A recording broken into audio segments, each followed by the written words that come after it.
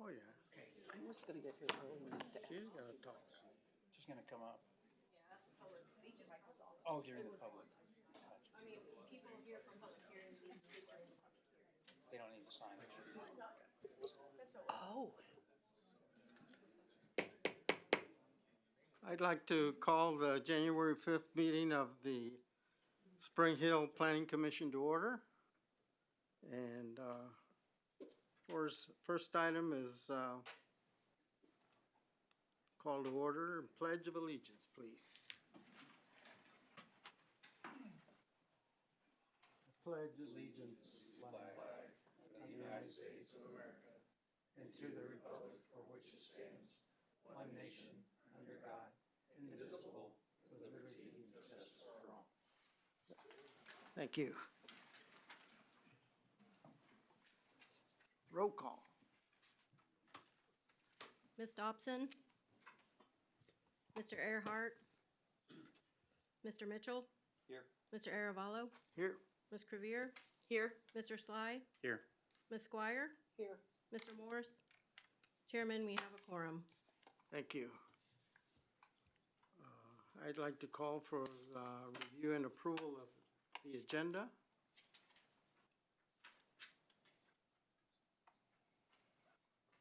I'll make a motion to approve the agenda as it stands. Second.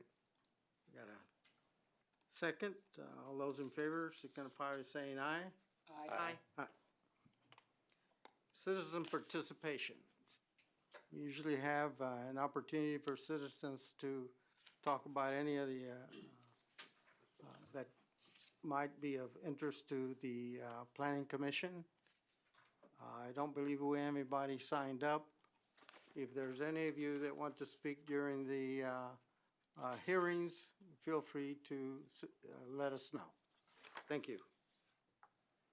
The first item on the agenda is a public hearing related to Spring Hill Car Wash.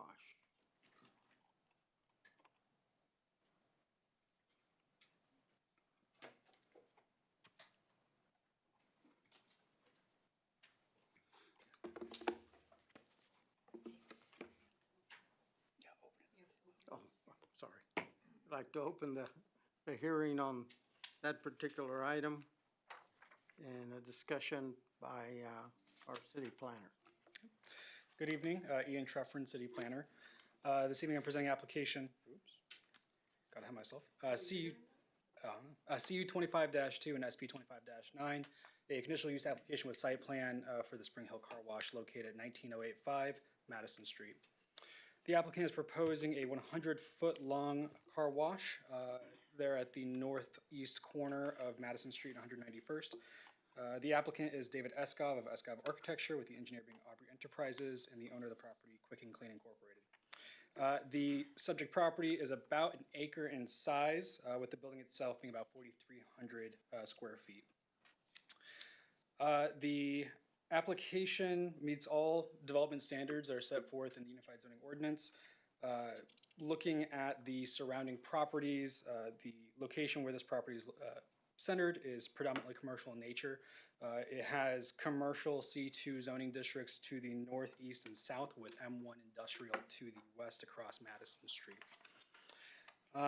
The only thing really of note for this application in terms of development review was the landscaping. Because this project is of a similar land use, the way that our zoning code is worded, it does not require landscape buffering between it. So because of that, you won't see that along the north and eastern sides, but they do meet all landscaping requirements that are set forth otherwise. It just does not have that enhanced buffering standard applied to it. In terms of the architectural provided, the building is primarily constructed out of CMU bricks.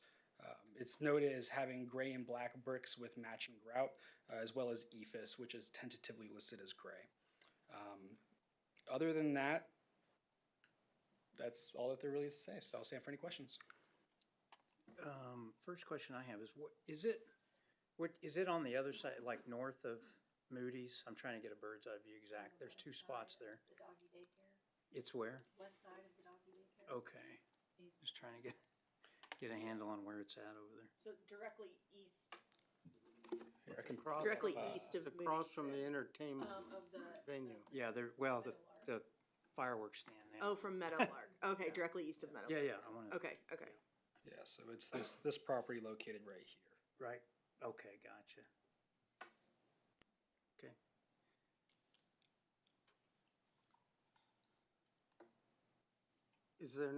There is no landscaping required along 191? There is landscaping provided along 191st. There's standard yard tree requirements, which, oh, did I just break it? I don't know what I did. Yeah, I did. Oh, it just needs to be swapped back over. Okay. Thank you so much. Yes, so there is landscaping provided there. It's kind of hard to see, but it's those light circles south of the park, south of the drive aisle. Those are trees provided as well as some shrubs throughout. So there are trees provided along 191st and Webster, or sorry, not Webster, Madison. Okay. Anything else? Can you talk to me about the filtration system and oil and gas separators and what type of chemicals we're using, tell me about that part of all of this, please. Yeah, I can't speak too much to that. That'd be more of a building code side of things. I do know that they'll have to meet the building code as it's designed. I'm not sure if you can speak to that. Can try. So they have an oil and grease interceptor. It's kind of like what you would see like in a restaurant that had like oil or something that with a deep fat fryer. They have a containment unit that is going to take all of that and take that to the wastewater. Okay, say that again. It will take it to the wastewater, or Yeah, it will be treated within the, and maybe the applicant can expand a little bit more on it, but it is going to be separate from the stormwater system. So it will be captured in this separator system that will specifically, take it to the wastewater system after it has treated it. I didn't help, did I? no? Let's let the applicant talk a little bit more about it. The fact that this is no different than any other car wash, that they have to have their own containment unit Correct. to take on the sudsy water and everything, and they have their own containment unit. But there's several different styles and types. I've sat through a class on that, so I'm very curious as to what we're using and how that's going to. That will Lydia. be reviewed by our building official. GBA will be taking a look at that in depth to make sure that it meets all the building codes and meets all the requirements whenever this goes to final permit. We'll see what he can educate me on. Thank you. Yes. I'm just saying if there's any notes in here that might speak to that a little bit. There was nothing that I could find Nothing you looking find? through the packet. Okay. Yeah, it was. Okay. Because I just know there's several different styles of that and different things that can happen. Is there? Is that? Oh, you are. Would the owner mind stepping up real quick? Oh, applicant. That'd be perfect. Yeah. Thank you so much. Thank you. David Escoff, David Madison Architecture. So we haven't gotten into, the civil engineer's not here, but yes, we will have a sand oil separator, and typically it's a multi-tiered cistern system that allows the oils to flow at the top to be sucked out, the sand and soil sediment to go to the bottom, so that you're getting clean water. Again, that'll be taken care of during the permit portion. We don't usually get that in depth during the planning phase, but yes, we'll meet all applicable codes and requirements for state and local. Okay. I just would be very curious of what type of drainage system we're using, whether we're using slots or if there's a paddle system, what we're doing with runoff, what we're doing with chemicals. We went through all of this with the other car wash that came into town, and just would like to have more insight on what's going to happen. Then us meeting the code requirements. Yep. And just to be clear, what your all's role tonight is I understand that. right. So I understand that. the details and whether it meets code, whether that section of the code is something you all would prefer to be a little different or above and beyond is not part of our application and consideration We've also before gone you. through, not to be disrespectful, but we've also gone through some other code issues that some of the planning commissioners, current and former, have had questions with. So it's only fair to question what they're going to do when we were able to question another facility that went through the same planning process. You all are welcome to ask questions. Part of the reason that there aren't answers at this stage is that, as he's identified, the applicant has identified that that's the next step past the planning phase and into our code phase, so. The good thing is the engineering, the conditions of approval for the engineering section are very nice and well written out. One of the things says, prior to issuance of the permit, provide a copy of the signed permit from KDHE approving the industrial stormwater permit, and also have a copy of the stormwater pollution prevention plan outlined, right? So It's should helpful, take care of but a even lot. when I was reading through that prior Yeah. to doing homework, it doesn't give you looked it up, it doesn't even give you a lot of detail as to what we're talking about that I was able to find. So I'm just curious. I had a question about the topographical map. It shows the building on the south side instead of the north side. Was that gonna make any change? Or you're talking cut and fill on the site? Yes. We'll have minor cut and fill, but it's a fairly level pad site. Okay. So Because it's the not gonna change topographical much. map shows the building on the south side of the parking lot instead of the north side. And so that's why I was asking. All the other maps show it on the north Okay. side. And Yeah. so I'm just, It is on the north side. We originally had it on the south side and we moved it. I figured that was based on probably the west half. case. Yes. So I was just asking if there's gonna be any significant changes after that. No. Okay. Okay. Any other questions? Would you like to add anything else to it? I have nothing. I'm just here for answering questions. Okay. So. Thank you.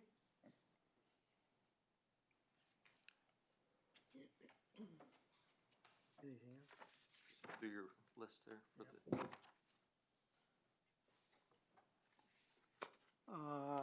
Is there anybody in the audience that would like to comment on this particular item? No? Okay. Then we're to members asking for further clarification of the applicant and staff. Anything else? If not, I'll close the public hearing at this point, and members can deliberate or ask other questions regarding this item. I don't have anything. Nope. Okay?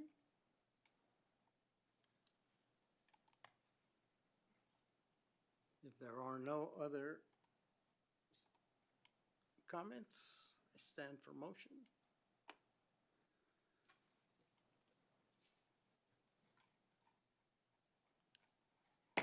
Close the public hearing. We can now entertain a motion.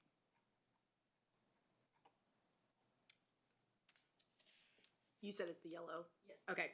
I move to recommend approval, the conditional use permit with site plan, subject to the condition that city staff shall conduct an annual review of the use and site and provide a written report of that review to the planning commission. I'll second it. There's a motion and a second. We'll take a roll, starting on the left. Aye. Aye. Aye. Aye. I It's 5-0-0. Next item is, open a public hearing on, preliminary plat, for Woodland Ridge subdivision. Are there any of the commissioners that have ex parte contacts with the agent? If I not, think it's rezoning, right? Mhm. It's rezoning, that's why it's public. oh, okay. Okay. Any conflict of interest? Staff? Alright, perfect. Yep, so this is application Z 25-4 and PP 25-7, a rezoning and preliminary plat application for Woodland Ridge, which is located at 207th and Woodland Road. The applicant is requesting approval of a rezoning from R1 and R2 to RP1. I'll kind of start with the rezoning component and then I'll move over to the preliminary plat. So when it comes to the rezoning itself, the subject property is located directly adjacent to R1 single family to the east, rural residential in the county to the south, M1 industrial to the west across Woodland Road, and then rural residential to the north across 207th, once again in the county. In terms of the golden factors that are laid out by Golden v. City of Overland Park, the 1978 Kansas Supreme Court case, the staff report goes over each of the different factors that weigh into staff's decision to recommend approval or denial for an application, including things such as adjacent zoning, neighborhood character, public gain, and things of that nature. I can kind of get into each of those if it's requested, but the long and short of it is this application does meet all the standards that have been laid out, and the staff does not have an issue with this rezoning request. Moving over to the preliminary plat itself, the applicant is seeking approval of 158 single-family lots and approximately 58.87 acres of land. With that, the lots themselves vary in width between 50 feet and above the minimum standard set by the R1 zoning district of 75 feet. Specifically, the ratio is 44 lots at 50 foot width, 94 lots at 60 foot, and then 20 that are at or above that minimum. Water service is going to be provided by Johnson County Water 1 and sewer by the city of Spring Hill. Important to note that there are a number of modifications being requested along with this application, specifically those reductions in lot width, lot area, and front and side setbacks. Specifically, the lot area reduction is going from 9,000 square feet as the minimum in the R1 zoning district to 6,400 as the smallest found in this subdivision. In terms of front setbacks, it goes from 35-foot front to 25-foot minimum. And for side yard setbacks, there's a standard that says that you have to have at least 7-foot side yard setback or 20% of the total width of the lot. The applicant's seeking just 5-foot side yard setback flat. So there's no modifying based off the width of the lot. Associated with these modifications that are requested, staff worked with the applicant and we were able to come to a nice agreement where we found some additional things that went above and beyond what the zoning code requires. So namely, the applicant has provided substantially more open space than is required by ordinance. Within the code, if a reduction in lot area is requested, at least 15% of the property must be dedicated as open space, and 50% of that open space must be considered active. The applicant provided significantly more than that with amenities such as soft playgrounds, a pond, lots of trails, trees in addition to that. Additional concessions that were granted include additional landscaping within that open space, specifically around areas such as the play surface and benches along the trail, as well as additional trees along Woodland Road to the east or west. And then lastly, they widened sidewalks from 4 foot as the standard to 5 foot. It's still on one side except for along, well, just one side in general because there's no collectors within this, but they widened them to 5 foot. So because of that, staff was willing to support something like this where there's a give and take between the applicant and the city to have modifications, but then also gain some additional public benefit from that. Other than that, the elevations that are provided, it's important to note, these are not hard set elevations. These are conceptual in nature. The applicant can speak to the actual business strategy specifically, but my understanding is that these lots are not intended to be built by the applicant. So this grants some leeway for the ultimate home builders to kind of flex with market demands. That being said, the buildings will have to maintain these major design motifs. They can't radically alter what they're going to be building, but this is more of a conceptual set of elevations provided rather than a hard set. This is the only thing that's going to be built. So if there's any questions about that, I can defer to the applicant with what that looks like in practicality. But at the end of the day, staff does recommend approval for this application. I'll stand for any questions. Thank you. The letter was good. I noticed some, and the table's always good, right, to show that. I noticed they had an error in it. It says RP2, it should be RP1. Oh, The minimum lot size for RP1 is 5,500, right? So you're trying to compare their minimum lot size to what you're rezoning into RP1, right? I think what they were saying with that is that the standards that they're proposing are that of the RP2 district. So the RP2 district has smaller lot size. Oh, what's the RP1? I forgot. RP1 is just base R1, so it would be that What's the 9,000 lot square foot. area square foot? Is it this? Right. Sorry, for the R1 zoning district or for what they're RP1.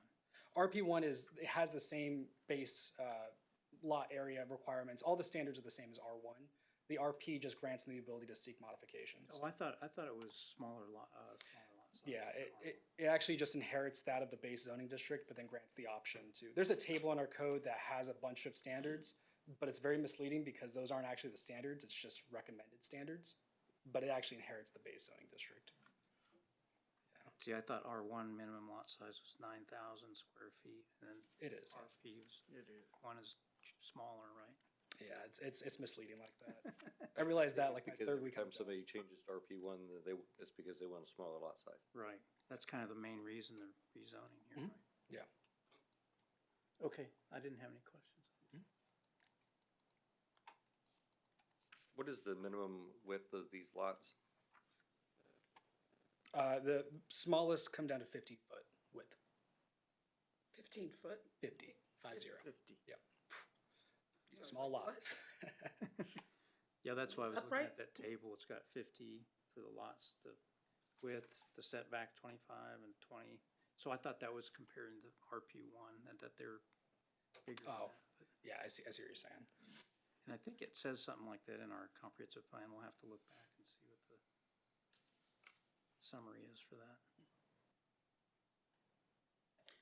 Can you tell me where I'm missing the materials that they plan to use for the homes? So there's like LP siding listed here. It's on the elevations themselves. I didn't really get into specifics because it was more about bulk form and massing the materials. Because the builder or the developer is not going to be the builder, I didn't really get into that information. Certainly, if that's something that you want to look at setting a condition for, if there's certain materials, it's something that can be discussed. But as of now, there's not any hard set material standards. And these are the only 4 home styles?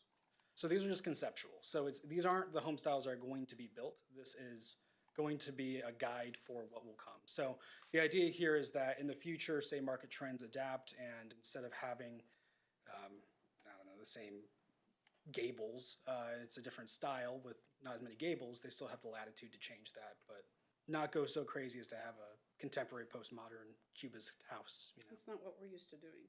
I understand, and this was at the request of the applicant, so they're welcome to speak to this a little bit more, but this is something that is getting more common throughout the The area. planned development, that's the privilege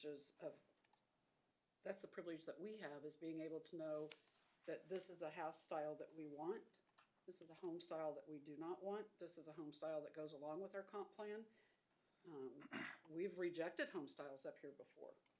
Sure, and that you still have the latitude to do that. This is just, How do we have the latitude to do that if we don't have the home styles in front of us? Well, sorry about that? You're giving us a generalization, you're not giving us home styles. well, I think we're getting ahead of ourselves because it's Yeah. a rezoning and a preliminary plat. And then we go into a site plan for this, right? We will not. So this will go to a final plat after this. So So this this is is the time to talk about it. I see. This is it. And we don't know the materials, we don't know our home styles. This is way different than anything that we've approved under an RP before. We've not done this.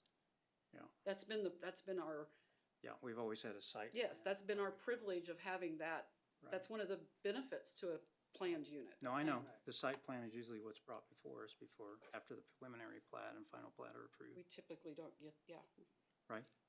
It is a deviation from how things are typically done. I will say this sort of general guideline for residential developments, I kind of alluded to before, it is becoming more common throughout the KC area. And that's understandable if that's something, not something that you're comfortable with or something that you want to avoid. And certainly we'll take that under advisement for future projects. We'll come back with that. But at this moment, you have the option to have that opinion and definitely I'll vote. be real honest with you. If the planning commission does not have a say on the look, who decides? Who decides? So staff will review the building permits as they come through. And to some extent, it's a matter of looking at the bulk form massing of the buildings themselves, which is what we'll be basing our decisions off of as permits come through. And at that point, when the permits come through administratively, if it's determined that the buildings are so far off and beyond the pale of what was intended to be approved at the time of planning commission, they'll be rejected or they'll be required to go back through for new approval with new sets of elevations to match what they're proposing. I think that's what you ask is who's making that decision? Staff is, like myself. Yeah. Okay. I was The gonna building say permit staff. techs. Is that Amy, or is that inspectors, is that you? It's building permit techs. So whoever is doing the building permit review, they'll have these elevations on hand and there'll be a call that's made. And that's something that we can certainly talk about with having more oversight within the department itself, which now that we're getting a director, it's certainly something that we can do. We've done that in past cities that I've worked for where we've had staff like myself, planners, permit techs review those permits as they come through. Yeah, we've never bypassed the site plan before. Yeah, that's understandable. I mean, we've been given home pictures, home drawings before that that have come through staff, planning department, whoever, presented by the developer, whomever, that we've set up here and said, this does not meet what we believe the heart of the comp plan was or what we are asking for in our communities. So I'm real uncomfortable just giving a nod to, I guess what we're trying to understand is, so you've given us 4 general ideas here. All of them show some sort of rock in the front. So if they didn't have rock in the front, would that mean that it would be significantly different? Not necessarily. So if there's an inclusion of materials that are present here, that would be okay. So if instead of having, well, I guess actually in this case, yes, because there's rock coursing along that base. Let me back it up here.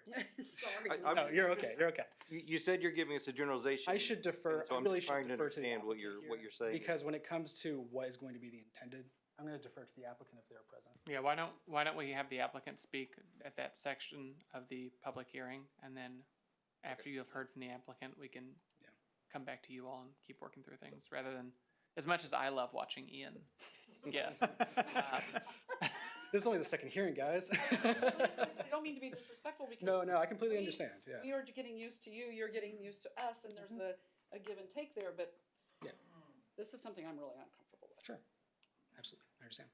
So is it all or, I mean, so is it all or nothing? Like, you can't just do the rezoning and then, 'cause typically the public hearing is for the rezoning, correct? So in this case, yeah, I don't know if you're. So when you rezone to a planned district that comes with this type of development Yeah. site plan, I think, what are we on here? So I have it. again, that's Preliminary my question, is it all or nothing? Like, you don't do the rezoning first, you do you have to approve the rezoning and the preliminary plat It came into us that way. with the designs here? So Well, in but this that's case, not- yes, the Not really rezoning. the way we've Yes. been doing it. Yeah, in this case, the I've been on rezoning. this for going on 7 years, Mhm. and we've always approved the plan first, and then The rezoning. the rezoning rather, and then we'd approve the plan. So Well, and we're open-minded, but Cindy's been here how many years? Sure. Don't tell. Have you ever seen this process before? Okay, it's been a long time. Sure. So I will say with the rezoning to a planned district, kind of like what Spencer was referencing there, these two do come together. The final plat will come separate, but since this is rezoning to a planned district, it has to come with that plan. So that's why you're seeing both of them together. That's why they're joined at the hip. It's hard, you can't remove them from one another. So in this case, yes, the rezoning is necessarily tied to that plan that you've got before you. Okay. So certainly one option here would be to just to provide options. tabling the item to a future date and then having a further discussion with staff and the applicant can certainly be something that can happen here. So it's not like you have to make a decision of yes or no immediately. There's still options that are kind of a third route. So I just want to put that out there as well. I have a question. When was this, land originally zoned R1 and R2? I'll be honest, I tried to find and I could not find that information. So I'm not Long entirely time. certain. Right. It's, Long time? Yeah. Okay. Is this, so I know, the housing addition is at Fox Hollow across the street on 207th? Yeah. That's not the same developer or anything, is this? Okay. Okay. Sorry, I'm just trying to get clarity, make sure I'm knowing what's going on here.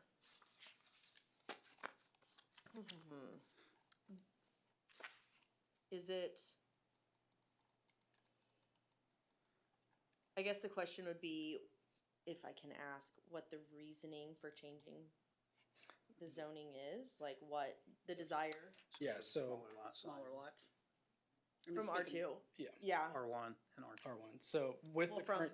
from R two, like, yeah, Well, okay, So with the current zoning district, since it's base zoning, just flat zoning, they do not have any ability to seek modifications. In order to grant modifications, it has to be rezoned to a planned district. But yeah, in this case, they're rezoning to RP1 just to consolidate that zoning district, Okay. but then granting Well, and- modifications. And we've always looked at it as, I mean, and this is just, and Spencer's familiar with this, but we've always looked at it as, it's better because we have, even though it's smaller lot size, we have more control over it.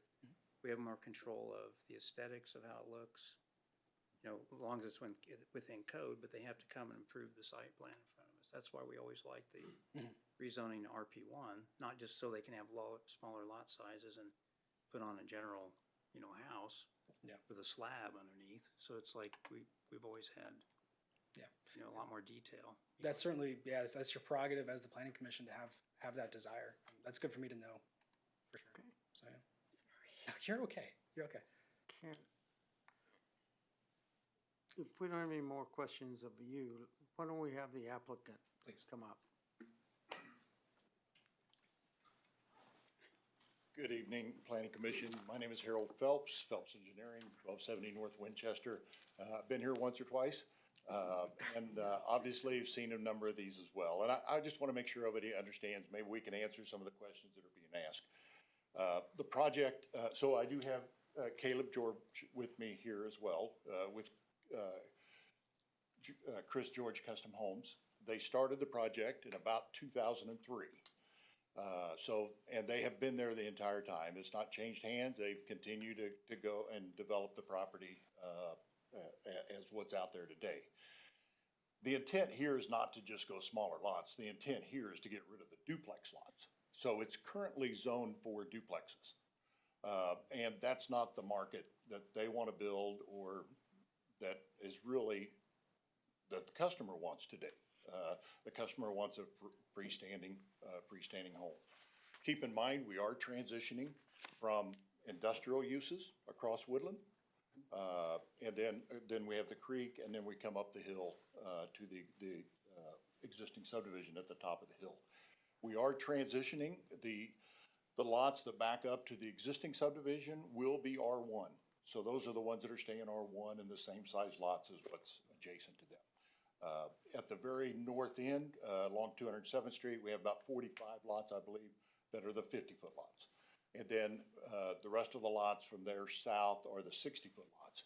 And really trying to do, the idea is to develop different markets so that everything isn't all 75-foot lots. We have some 50s, 60s, and 75s. Because you know, as you all seen, the 75s have not moved real quickly. So, you know, I think you all have seen a number of times now, almost all the plans now are coming in planned district. Now, to Ms. Squire's point, the building elevations, we are giving, you know, we're just being honest with you I when know. we say these are examples, Right. okay? Because Chris George Custom Homes is not gonna build all these houses, okay? So to dictate what houses another builder is going to build is really pretty difficult. But the intent was to give you a good example, of the houses and the architectural style that will be built. Right now, I think maybe the difference between this subdivision and maybe some of the others, is this subdivision all right now has basements, and they intend to build basements. So I understand the point, a planned district, we're required to come in and give you the houses that we're going to build. The problem with that is we're not a national builder, that has 6 houses that they build and that's all they build. We're gonna have 3 or 4 builders in there and they're all gonna build a different house. So the idea is we've got, and not to say you don't, but we've got confidence in the staff. They look at this plan, and look at the materials, the type of the house, and we know what the expectation is, and, if it doesn't meet this expectation, then they won't permit the house. So with that, I hope I've answered the questions that were asked specifically, but I'd be happy to answer any others. I have one. You mentioned that, and so did Ian, that there would be other builders besides the George family. If I was to come in and say, I'm gonna come in and I wanna bring my own builder, is that allowed as well? Or is it just 3 or 4 or 5 pre-approved builders that would be in there? Do you know? I'm gonna let Caleb answer that. Yeah, I'm happy to answer a few questions. I have a few points. If I can. Sure. I'm just curious because that would also help with understanding how strict we get and how lenient we get. Just like Caleb George, Chris George Homes, 15954 Merlin, Suite 207. In regards to that, the goal would be to have 2 or 3 builders and have it remain a closed community where they are the exclusive builders. Okay. A lot of that depends on lot velocity and market. Up until now, up until 9 months ago, we were the exclusive builders out there. We built 220 houses. It was supposed to be a 10-year plan, and we're on year 20. But we're following the market. We do not specialize in these homes anymore, and we found a really good partner who's selling houses out there for us currently, and he's looking for more places to build. And so we're excited. We're trying to keep some runway in front of them and get some momentum. We as developers have final say in terms of like materials, like we don't allow vinyl siding. I mean, there's a lot of stuff currently in place with the Woodland Ridge HOA. We're gonna continue that because we do, whether the footage gets smaller or the price point, if we can hit different price points, we still want the home aesthetically to look the same and to look like personally, I would not allow like a modern home or something, because it doesn't fit the neighborhood. From when we started this, maybe our first HOA meeting when we had a couple, 50 buyers or owners, they were concerned about the duplexes. I've had a million conversations about duplexes and always just being like, hey, we don't know what it's gonna be like when we get there. We don't know what the market's gonna be like. I can't commit to not putting duplexes in, but that was the concern that we heard over and over. So to us, when we engaged Harold, we were very excited for this to be an option, in terms of like, hey, this is a really good buffer that keeps the integrity of the community. We can rely on good local builders. Again, we would love to come in and say, hey, we're gonna take down 100 lots. I mean, this is gonna be 25, 30 lots, 40. I mean, it's not gonna be, it's not gonna be just rolling out and putting up 100 homes in a year. Like it is gonna be just hopefully, steady and a good pace. So again, we are excited about the opportunity, but I understand now, even hearing this, like, I understand every other RP1 you've seen has been probably more builder or developer builder combination partners that already had everything aligned. We just aren't. I mean, I couldn't. Even our builder partner right now, I mean, we could put plans that he's planning on building, but for him to be like, I'm going to come in and build 20 of these in 2027, he couldn't commit to that. I mean, we could tell you, but it would just, there's no. I mean, yeah. So. Again, we've been building in Spring Hill since I think Victory Woods in 1997. Mm-hmm. So we've been out here for a really long time. And this is a kind of a legacy project for us to finish off as developers, because it makes more sense with our current business model. So. Help me remember, Mr. Phelps may remember as well, didn't all of this come in at the same time with our different zonings? Because we had planned on, I remember, were you here when Woodland came in? I'm not sure if I was. I was gonna say, I think you're right there on that teeter. We had this piece up against Woodland and 207 down there. We had that in the original scope, did we not? In the original scope as R2. that Correct, corner, We had it there. yes. It was not something that came in at a later time. No, that was So the it's been original. around since It's been 03. around since then, and that's why neighbors have been very focused on it, which I Right. completely understand. But, so yes, it was in the original. We have not done anything in terms of changing that, so, I mean, since the. That's what I original. thought. I thought that it came in all at the same time. Not, It's good memory. well, there's some things that might be. Now, is there an increase in the number of doors? I don't know, comparing it to an R2, I don't know if we had that, but I'm sure we could put that together quickly in terms of, X amount of R2 lots versus, those doors versus the total. You alluded to basements. Mhm. Is that gonna be a requirement to have basements, or what is? I think so. I mean, we have every house out there has a basement, so we've never done anything on slab. Our builder, builds them builds them with basements, so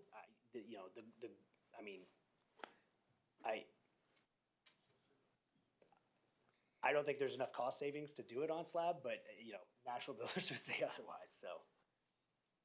No, my personal thank you. Yeah. I'd rather see them on either that or have the safe room. Yeah. So, thank you.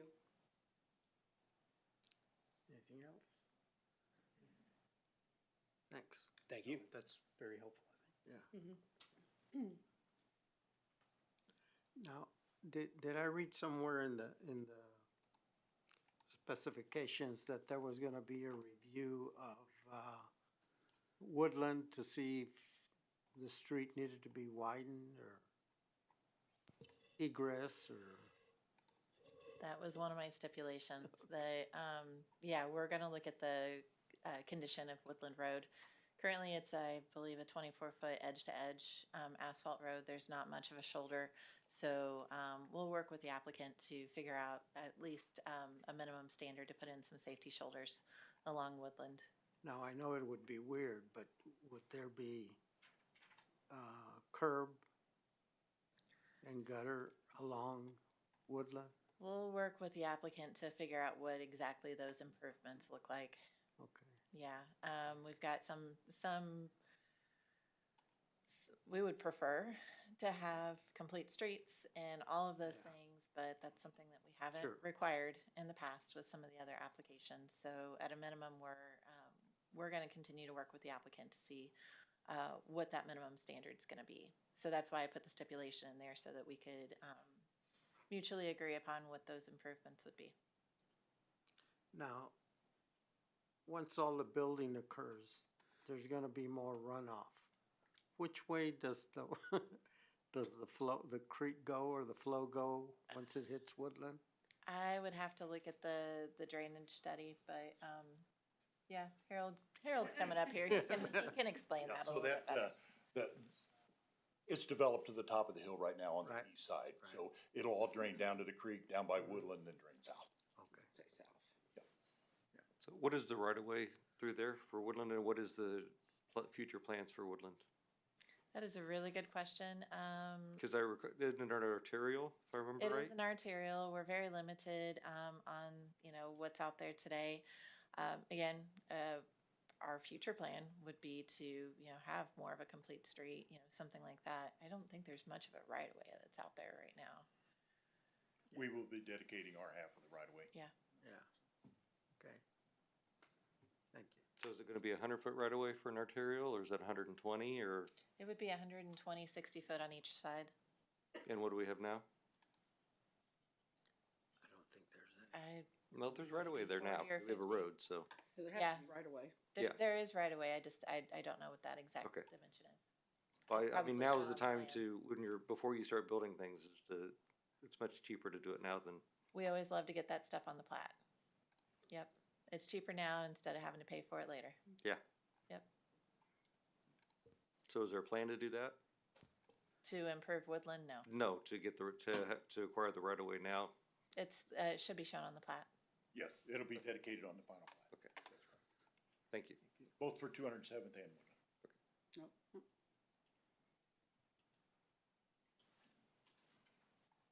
Just don't want to tie our hands later. Well, part of the problem with Woodland though is that part of that is still county, isn't it? As you go, There are sections that are still in the Yeah. county. But not this section. no.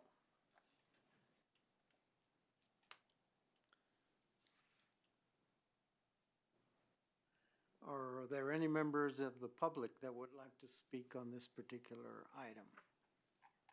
My name is Tom Van Kiersbelk. Can you I own the come, property. can you come to the,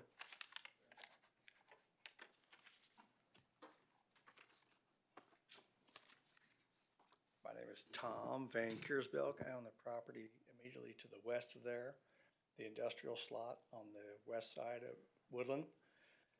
I don't have a dog in this fight, but I'm just saying this is a very good use of this property. I'm not attuned to all the details, but sounds like the developer has gotten some pushback from duplexes. So he's bringing in, the whole country talks about affordable housing.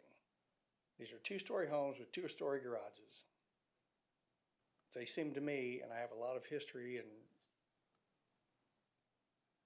with development and homes, I'm not in it anymore, but these are the perfect thing if he's experiencing pushback from duplexes. So, anyway, like I said, I don't have an investment in it, I have nothing in it. I just run my business across the street. This looks like a good thing. thank you. Sir, would you give Ms. Long your address? We have to have that number. 20900 South Woodland. Thank you so much. Anybody else? If not, we'll close the public session. Any further questions or clarifications? I I don't know about question or clarification. Oh, before, no, we close public hearing, just discussion. If not, we'll close the hearing and request Okay. comments.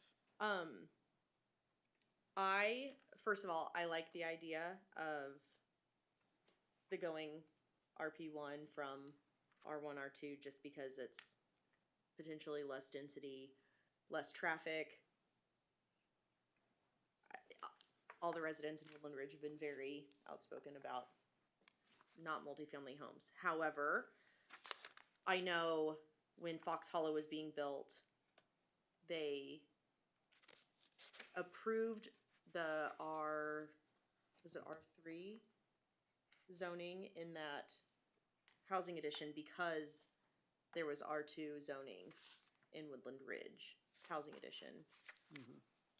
And that's despite all of Woodland Ridge, well, not all of Woodland Ridge, many Woodland Ridge residents being very outspoken against it and voicing their opinions, wanting to change that. I feel like it's, for lack of better phrasing, a slap in the face to those residents that R3, They don't have, the townhomes in Fox Hollow? They don't have townhomes? I don't think so.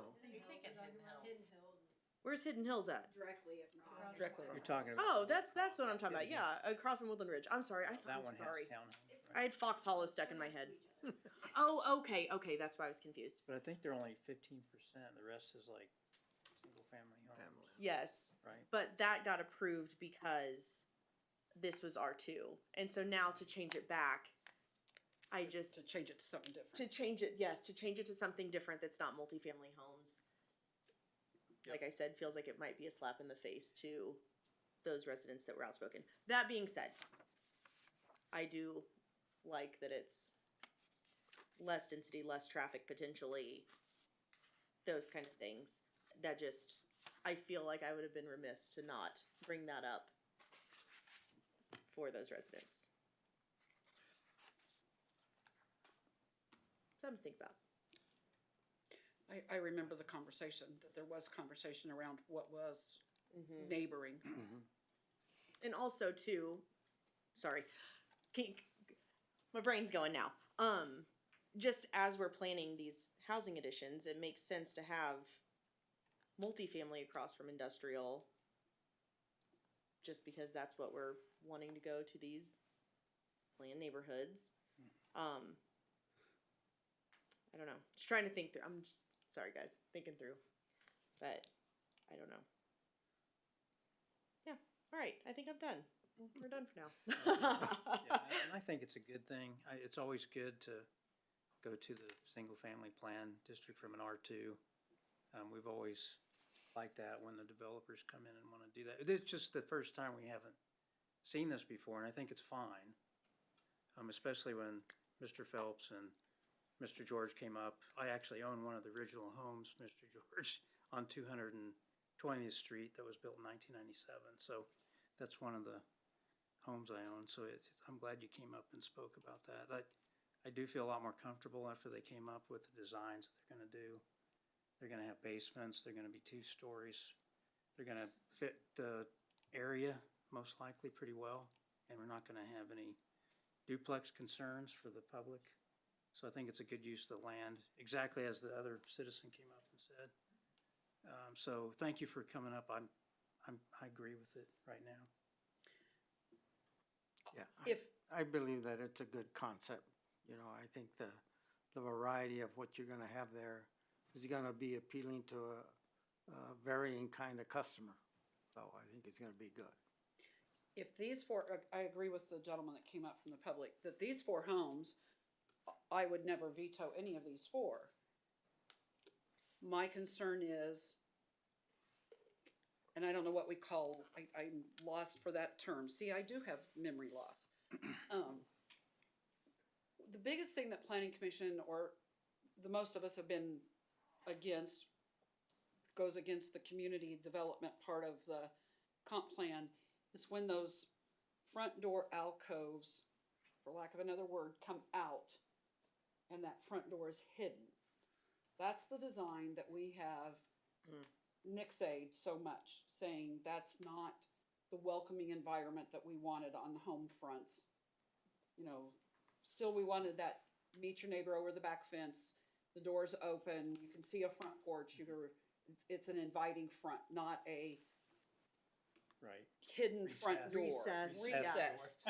Alcove is what I kept thinking of, like recess. So that would be my number 1 concern on that type of home. And it is to your disadvantage that you've not heard all these other comments, and we've not had many chances to have any type of meeting to get you brought up to where, Sure.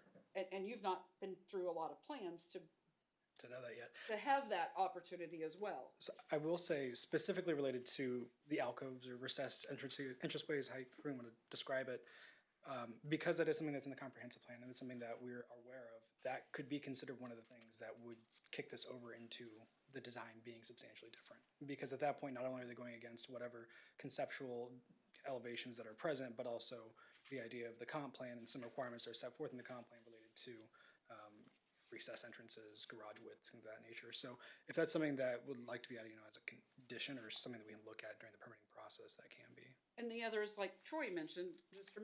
Mitchell mentioned, is the materials. There's not a materials thing. And I understand the different builders. I understand that. And that is a good thing into a development, as long as they're continuing that cohesiveness of what the George family has already started.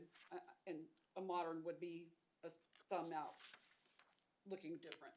But when these plans reference brick or rock or mortar of some sort, I think that that is where we would be leading, that we would want that, but we're not privy to the HOA regulations to know that vinyl siding is not an option. So moving forward, I don't know if it is or isn't a good thing to include those HOA requirements so that we would have that prior knowledge going into a meeting that we would go, oh, well, they can't use siding. We see that from an HOA standpoint. I don't know. Yeah. That's the point. Yeah, and generally when you are going to see a development, HOA is not created yet, so there won't be an HOA set of guidelines because that comes right when it's done. Right. So But yeah, I'm saying with something like this, maybe that would be a beneficial piece if it's allowed. I mean, We would have to revise the submittal requirements within the zoning code in order to have that. But yeah, I mean, theoretically, that could be added.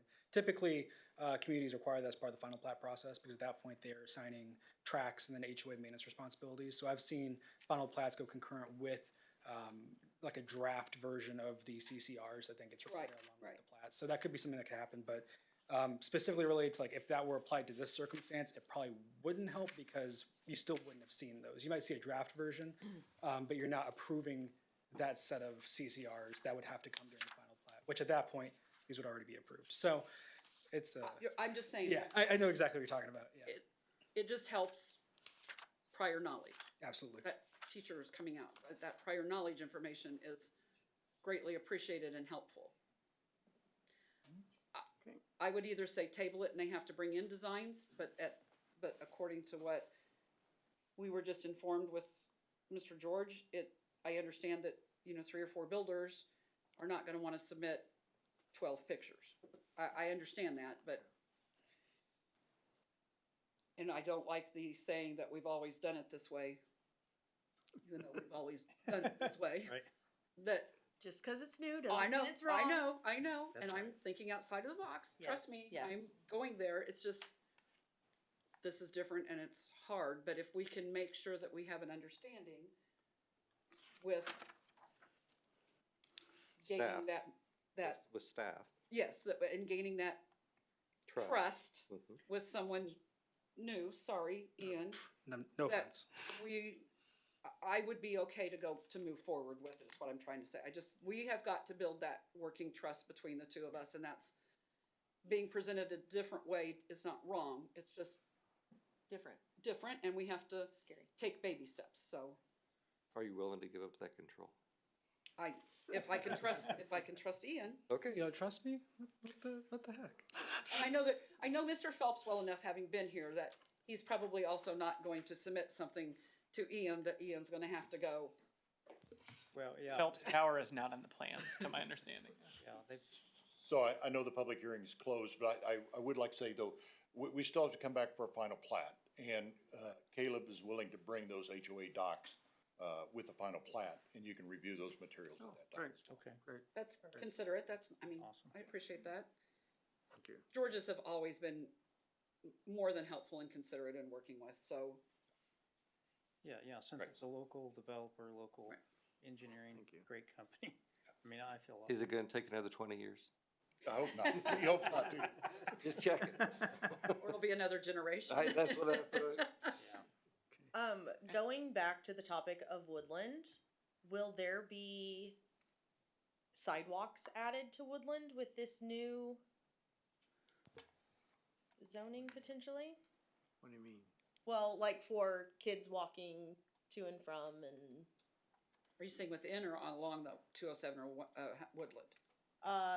I mean, along. Are you saying within? I know there are sidewalks Right. within. So then I'm you're talking about asking like about. on Woodland, like there is there are- any way to add sidewalks or like do something there with all of the? I know there's been some talk in the past about along frontages to make sure that there's sidewalk. That is something we can add to the improvements with the improvements along Woodland, just to make sure that those get in. There are currently no sidewalks on Woodland, Right. so it may be a discussion with legal counsel, Elaine, the developer, to figure out what exactly that looks like. If that's going to be some sort of payment to the city, at which time Woodland gets improved with curb gutter, storm drains, then we can add those sidewalks in. It may be a benefit district similar to what we did along 207th Street. So again, we can have those conversations as we start moving forward. We've done the improvement agreement yet? And that may be a discussion that we have as we move forward with the improvement agreement with the Let's developer. look at some options. And look at some options. I know that there's been some other developments that, along Ridgeview, along 199th Street, that, I know City Council is very interested in getting sidewalk along some of these thoroughfare areas as these subdivisions build out. Awesome. I just know it's been so rural or industrial along there that it hasn't really been an issue, and now if we're bringing in homes to that area, more homes, then it starts to become that, so. thank It's you. really difficult just because it is an unimproved roadway. Absolutely. There's, ditches along there. Really hard to put sidewalks along streets like that. Yeah, And especially if you put sidewalks in right now along the current alignment, We're just gonna turn them on. they're just gonna tear it up whenever we go to make improvements to Woodland, and who knows when that's gonna happen. okay, thank you. I've heard it referenced several times that the density's going down. I didn't hear how many doors there were. I don't know that the density's going down. Because we're going to a smaller lot size. Mm-hmm.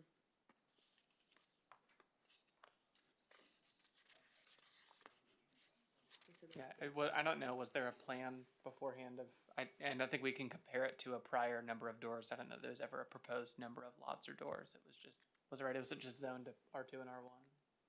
Yeah. Yeah, we don't have a plan up front that we could use to compare and contrast. I will I- say, yeah. So hypothetically, it's being compared to infinity and or zero, so it's either Well, up or down. Several people have referenced that the density is Yep. going down, and I'm not sure that the density is going down. So that's what I Fair was point, yeah. asking about. Yeah. Ditto. Well, I would almost think it would be almost Like an equal an to, even swap, because they were putting the 60-foot lots along Woodland versus the 50-foot. I would think if the 50-foot were going there, that it might be more dense. You know what I'm saying? With a 60-foot lot, it might not be, But the only place that 60-foot lots are at the top of the hill.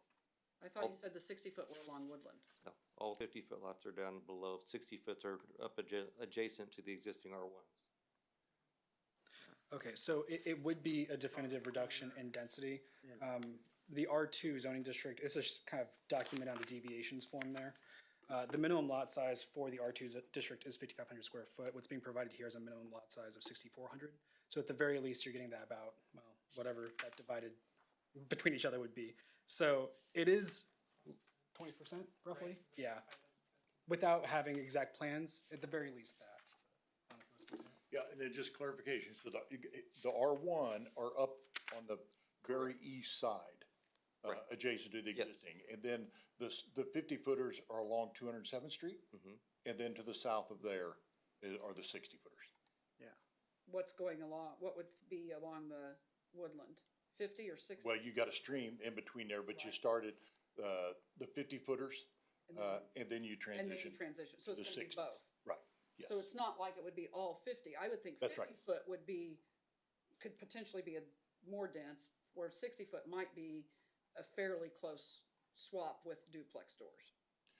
Yeah, but on a square footage basis, and there's not an existing plan. Right, so that, Yeah. right. It's hard to say that exactly, but, I was just trying to clarify that we don't know exactly what, Right. that the density is lower, so. right, yep. That's all that I was pointing.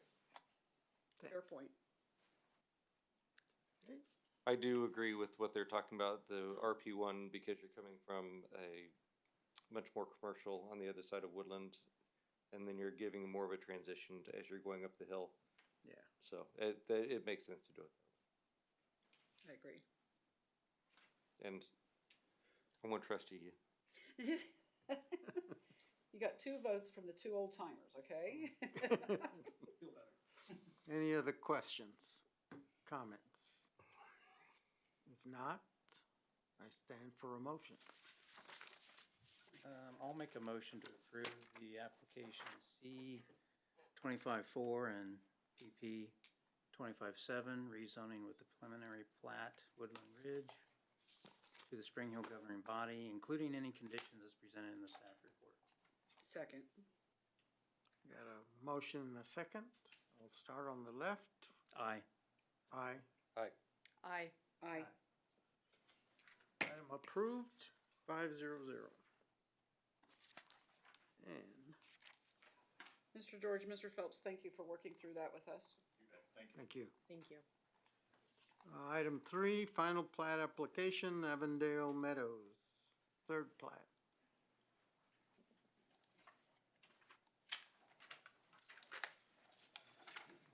Okay, so this should be pretty short presentation. Application FP 25-14, Avondale Meadows third plat.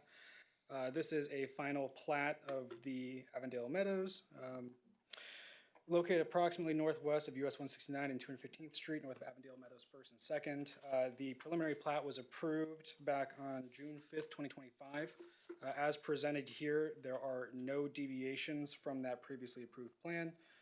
Just as a reminder of what this all is, it's about 117 single-family tracks, or lots with 2 tracks, on approximately 30 acres of land. Water service is being provided by Rural Water District 7 and sanitary sewer by the city of Spring Hill. There will also be an HOA/POA that will maintain the tracks associated with the stormwater and sewer infrastructure there on Tract A, which will be a detention basin. But long and short of it, there are no changes from the preliminary plat, and subject to the conditions of approval listed in the staff report, staff recommends approval.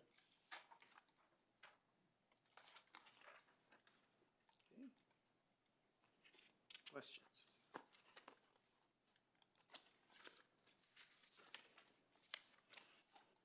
Move to recommend approval for FP-25-14.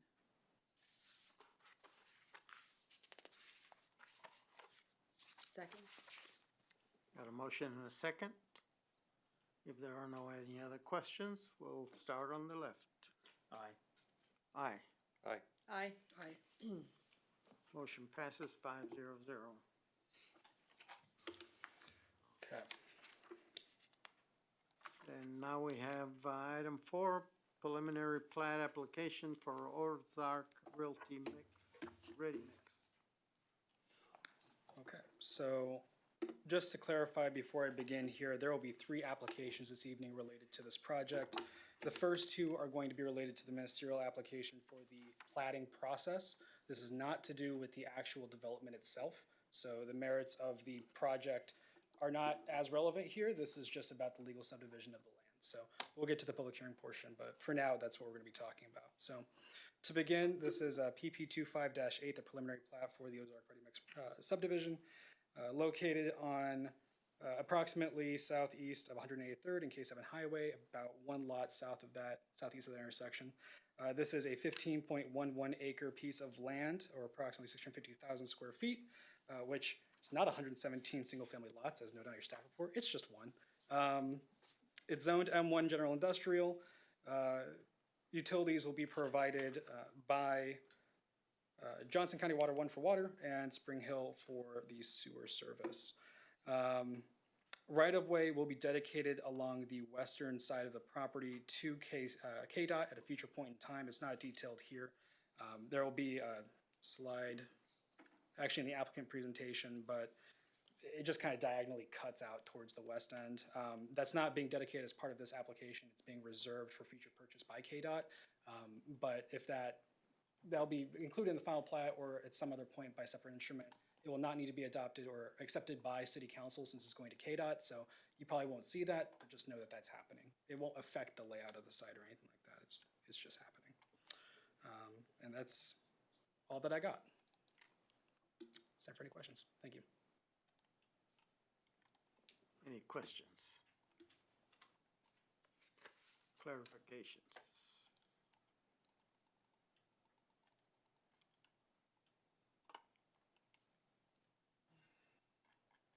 I don't see in the final plat where you're talking about the dedicated to KDOT. Yeah, it's on the applicant presentation, which I can pull that up real quick. This will have the site plan on it. Just ignore that. This is just for visualization purposes. So you can see where it's located approximately. I don't know if this is survey accurate, but that's the idea. It'll be out to the west. But, Okay, yep. thank you. Did it again. And you mentioned that this is only on the one side of the property and the rest will be developed later? With respect to what exactly, sir? That the actual use of the property will only be using 1/2 of it. We'll get, point. yeah, we'll get to that with the subsequent applications, Okay. but yes, the actual project that this is associated with is gonna be on the west, eastern side. Yeah.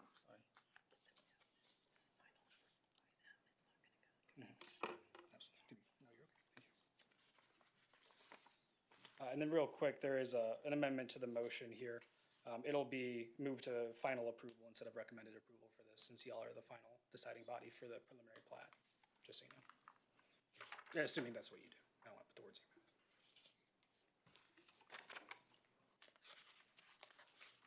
Any other comments?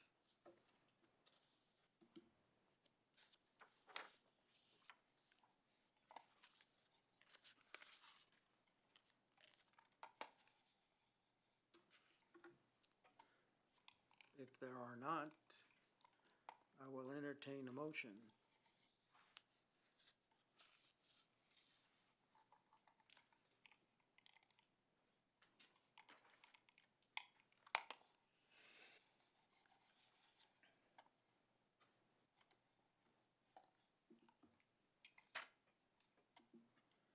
My mouse died, I can't get to anything. I had to turn mine on and off. Did that not work for you? For troubleshooting. What did you say was the amended motion, suggested motion?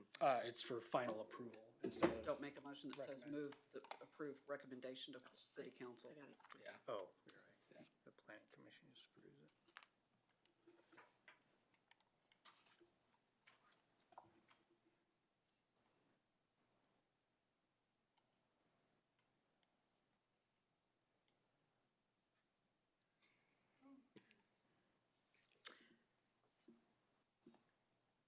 I'll bite. What happens if this is positive and negatives come up later? Doesn't matter. Doesn't matter. Yeah, this is Then not, this just starts all over with, okay. That's what I'm thinking. I just want to make sure that, The we're- CUP's turned down, right. okay, I'm just making sure that I'm on that same track. I was nervous about that. Hmm. I was concerned or wondering Thinking that. the same, too. yeah, Yes. I thought that was true, but I'm just wanting to dot i's Get and it cross t's, Yeah, we're doing this first, but, Yeah. yeah, the so, latter is, is the power. Right. Thank you. I just wanted to make sure I was right. Mhm. So I should have looked to you, but that's building the trust. oh, you're doing great. Yeah, no, that's exactly right. So if you, let's just say hypothetically this were to be approved along with the final plat and then an item later on were to be denied, this would not change anything associated with the actual project itself that's not being presented here. This is just for legal subdivision of land, and it doesn't grant any development rights in and of itself. I'm gonna get there.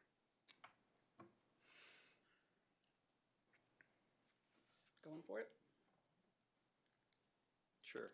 I'll move to recommend approval of application PP 25-8, Ozark Ready Mix preliminary plat to final plat of the planning commission, you said? Final approval of the Final application. approval of the planning commission. Second.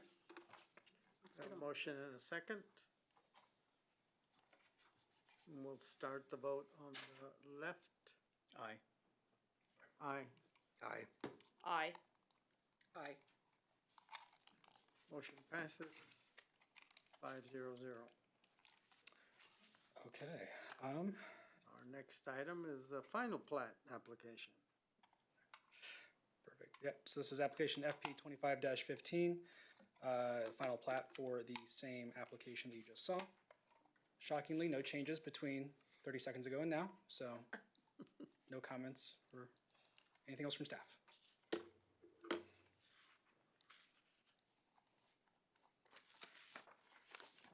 Any questions?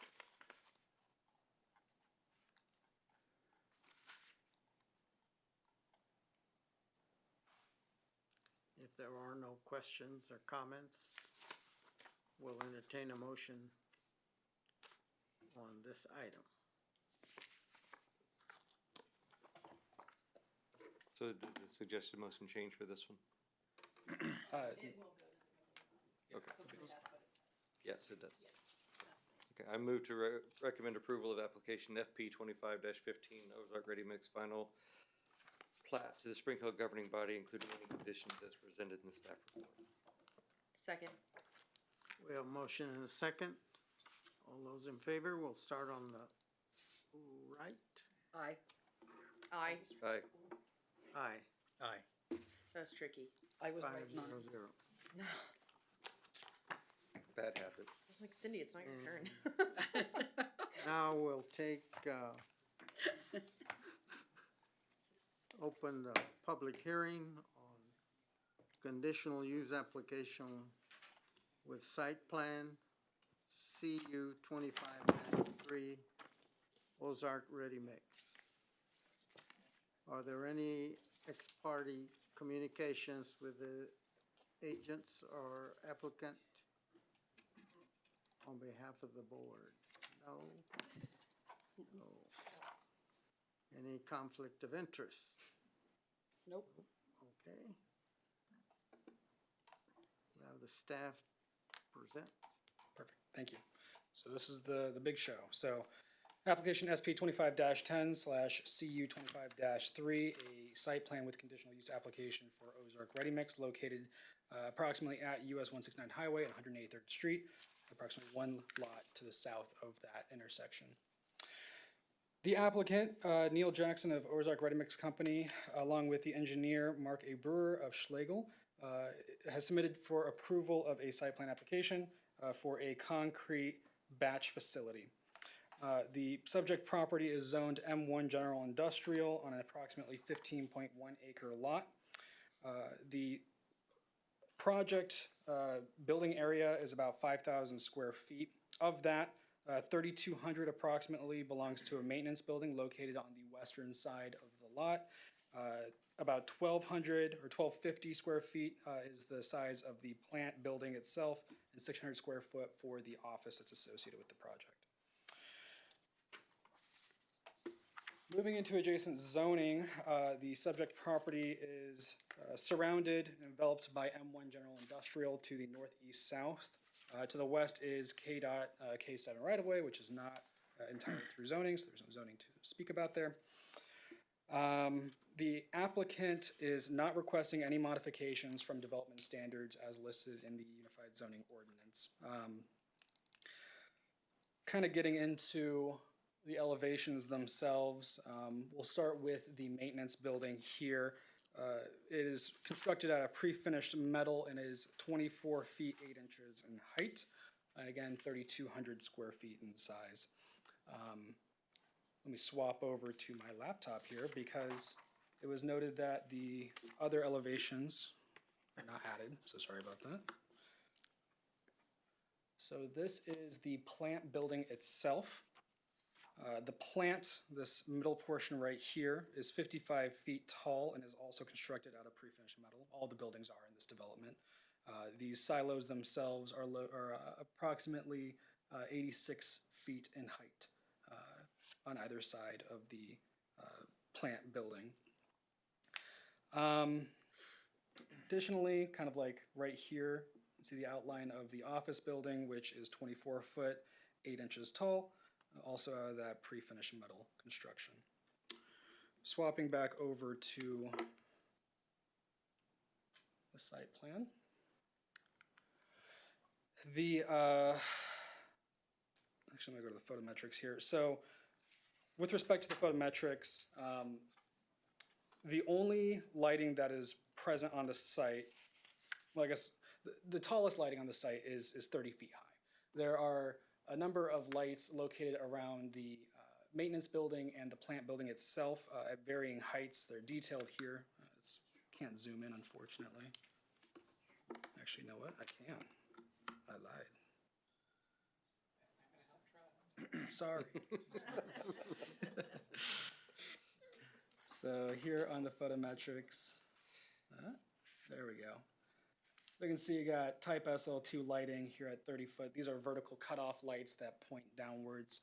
That's on the plant building, and then 20-foot mounted lights on the office and the maintenance building on the other side. And all these are down-facing lights. Kind of the details specified are here. These are the So none on the silos? As far as I'm aware, no. They're at least not in the photometric, and the applicant can speak to it, but there shouldn't be because this is the photometric that's been submitted. All of the foot lumens zero out or come below 1 foot at the property line limits, so the ground illumination is very, very low. Let's see. With respect to the requirements for a traffic study, it was determined by staff and alongside contract traffic engineers that a traffic study based off of the proposed volume was not going to be required.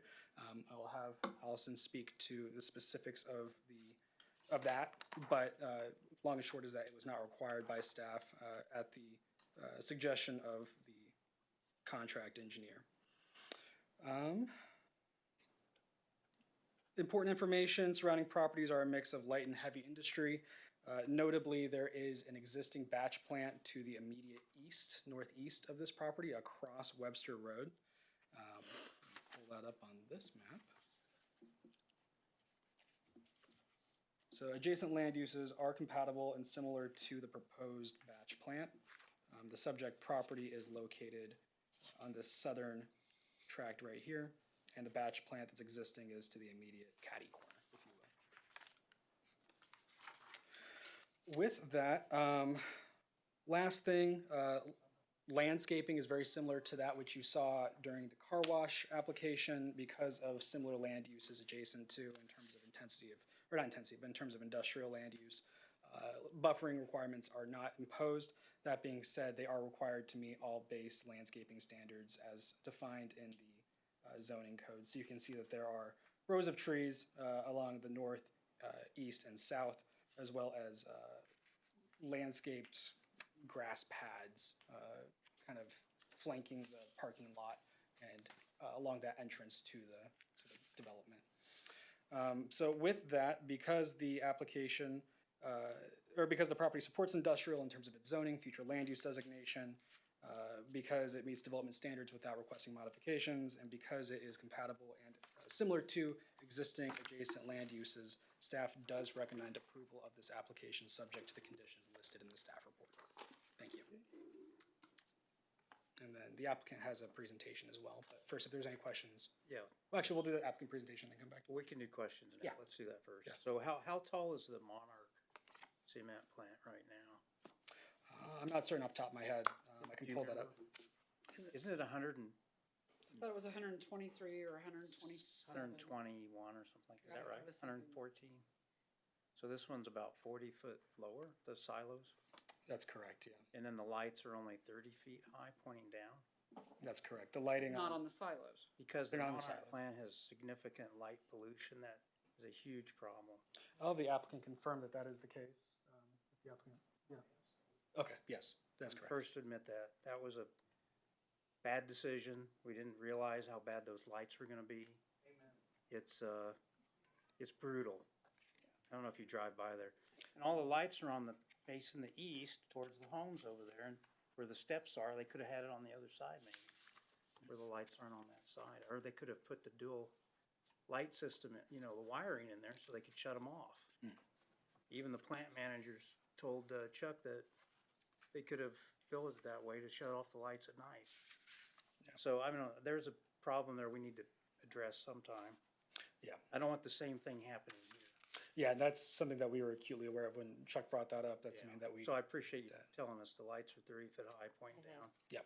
The next big problem is the road system there, and the trucks potentially going back instead of towards the highway. And getting into, there's already been accidents there that I know of.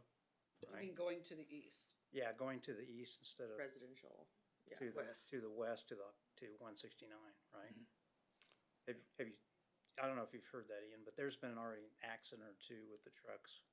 I know that it was discussed in Chuck's email that Yeah, I saw. and there's just no shoulders. And you go back to Ridgeview, there's no shoulders there. They shouldn't be driving back there. They should be heading towards the highway. Unless they're developing that direction, there's no reason for them to be driving, to take a shortcut so that they can tear up our roads and community. They already had to develop 183rd because they tore it up, right? That was my concern, is the weight of the vehicles on roads that are not designed for It's a the weight huge of those problem. vehicles. I'll let Allison speak to. Anyway, those are some things I want to bring up Yeah. initially because there are complaints by, I think, Chuck that wrote in, had some concerns there. Also the dust that it could create. There's already been complaints, I think, from residents around from the dust, that is a lot more prevalent now in those areas from the residents that live in the back there. So that's another thing. So I wrote down one of I think that's really the main concern, the light pollution potential, which is already mitigated. But we still have to do something about Monarch, maybe in the annual review. When you do, the traffic going back to the residential area instead of towards the highway. Right. And then I think that's about it, the main, and then the dust, of course. So anyway, if somebody can address those, I'd be happier, you know. There's some big issues there that need to be addressed, in my mind. I don't know if everybody else sees the Those are same my thing. primary concerns as Yeah. well. Why don't, Those are on the list. Yeah. Mm-hmm. Okay, I can address some of those concerns. Yeah. So, I received the email from Chuck about the traffic. Whenever we originally reviewed this, traffic study would not have, the amount of traffic, in and out of this, development would not have triggered a need to have a full-blown traffic study with traffic counts and turning movements and all the big things.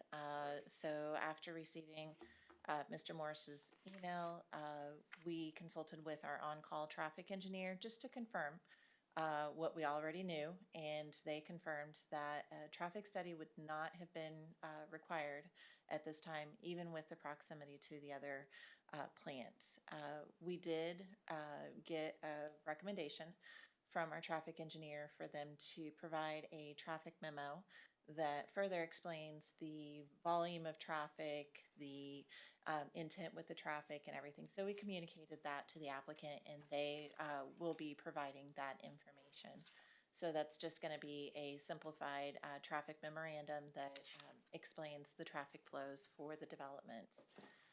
The other issue that was brought up was the ability for the public roads to take on public traffic. The roads are built to a standard. Our collectors, our arterials, those are built to a standard. And those are all through the American Public Works Association recommendations for pavement thickness. And truck traffic, fire trucks, all the different vehicles are allowed to travel on the public streets. Our public streets are designed to be able to take that traffic. There were concerns about some of the shoulders. A lot of those roads are within the county, within Johnson County, so we really don't have any control over making improvements to Johnson County roads. I don't believe we have any plans in the future for some of those other segments along 183rd Street except at K7.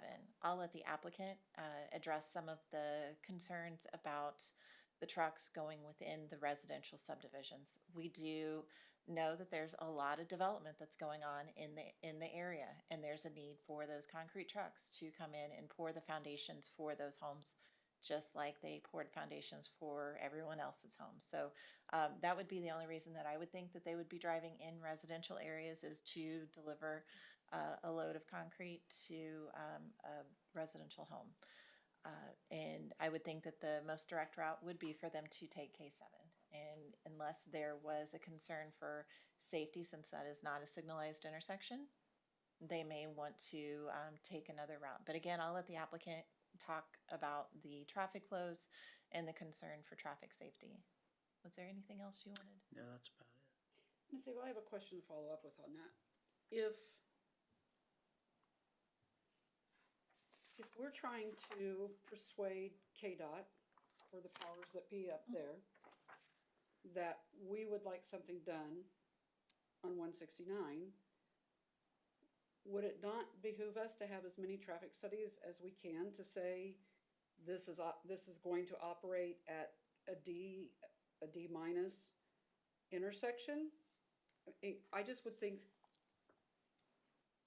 from past experiences that the more ammunition you have, or the more information you have and can provide,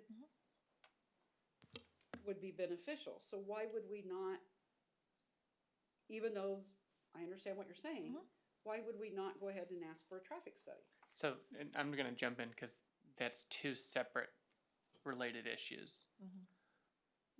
Showing the traffic on 169 for any potential interchanges, stoplights, whatever KDOT may ultimately put in there is not a part of the use permit before you all today. So having this applicant pay for a traffic study that would then benefit the city's application for improvements of an intersection that they don't butt I up to understand that, but I would would not think really that- be fair and proper to them. Would I not be an understand that. appropriate use of city code. I get that, but at the same token, when you think of, what was the math, 270 or 275 trucks? I think that's a substantial increase in the potential amount of traffic and not just residential type cars or pickup trucks or SUVs. We're talking about a concrete truck. I would think that that would definitely have an impact on what is happening at that intersection. And it's happening at that intersection because of concrete trucks, not residential builds that would be residential type traffic. So So I this do is, feel like it's a direct impact on the applicant. so this is separate from this application, but I will give you a little bit of a project update. KDOT is working on a study for K7, and it's going from I-35 to the Johnson County line, which would include this intersection. They have done traffic counts in that area. They've also met with staff and reviewed our draft comp plan as well as our adopted comp plan from 2010. They've met with staff to figure out what is going on in the various areas around the intersection. We met with them last week and brought up some of the newer development applications. So KDOT is aware of what's going on in this particular area. They are including that in their K7 corridor study that they are currently doing right now. So we do have KDOT's ear as far as some of these development concerns, but that is completely separate from this application. But I thought that that would be meaningful for you to know that the city is working on things like that. It is helpful, but in that conversation, then they were aware that this was something that was coming to planning commission tonight. We talked about some of the recent development applications, including Thank this you. one. Can I ask if whether the applicant has a presentation?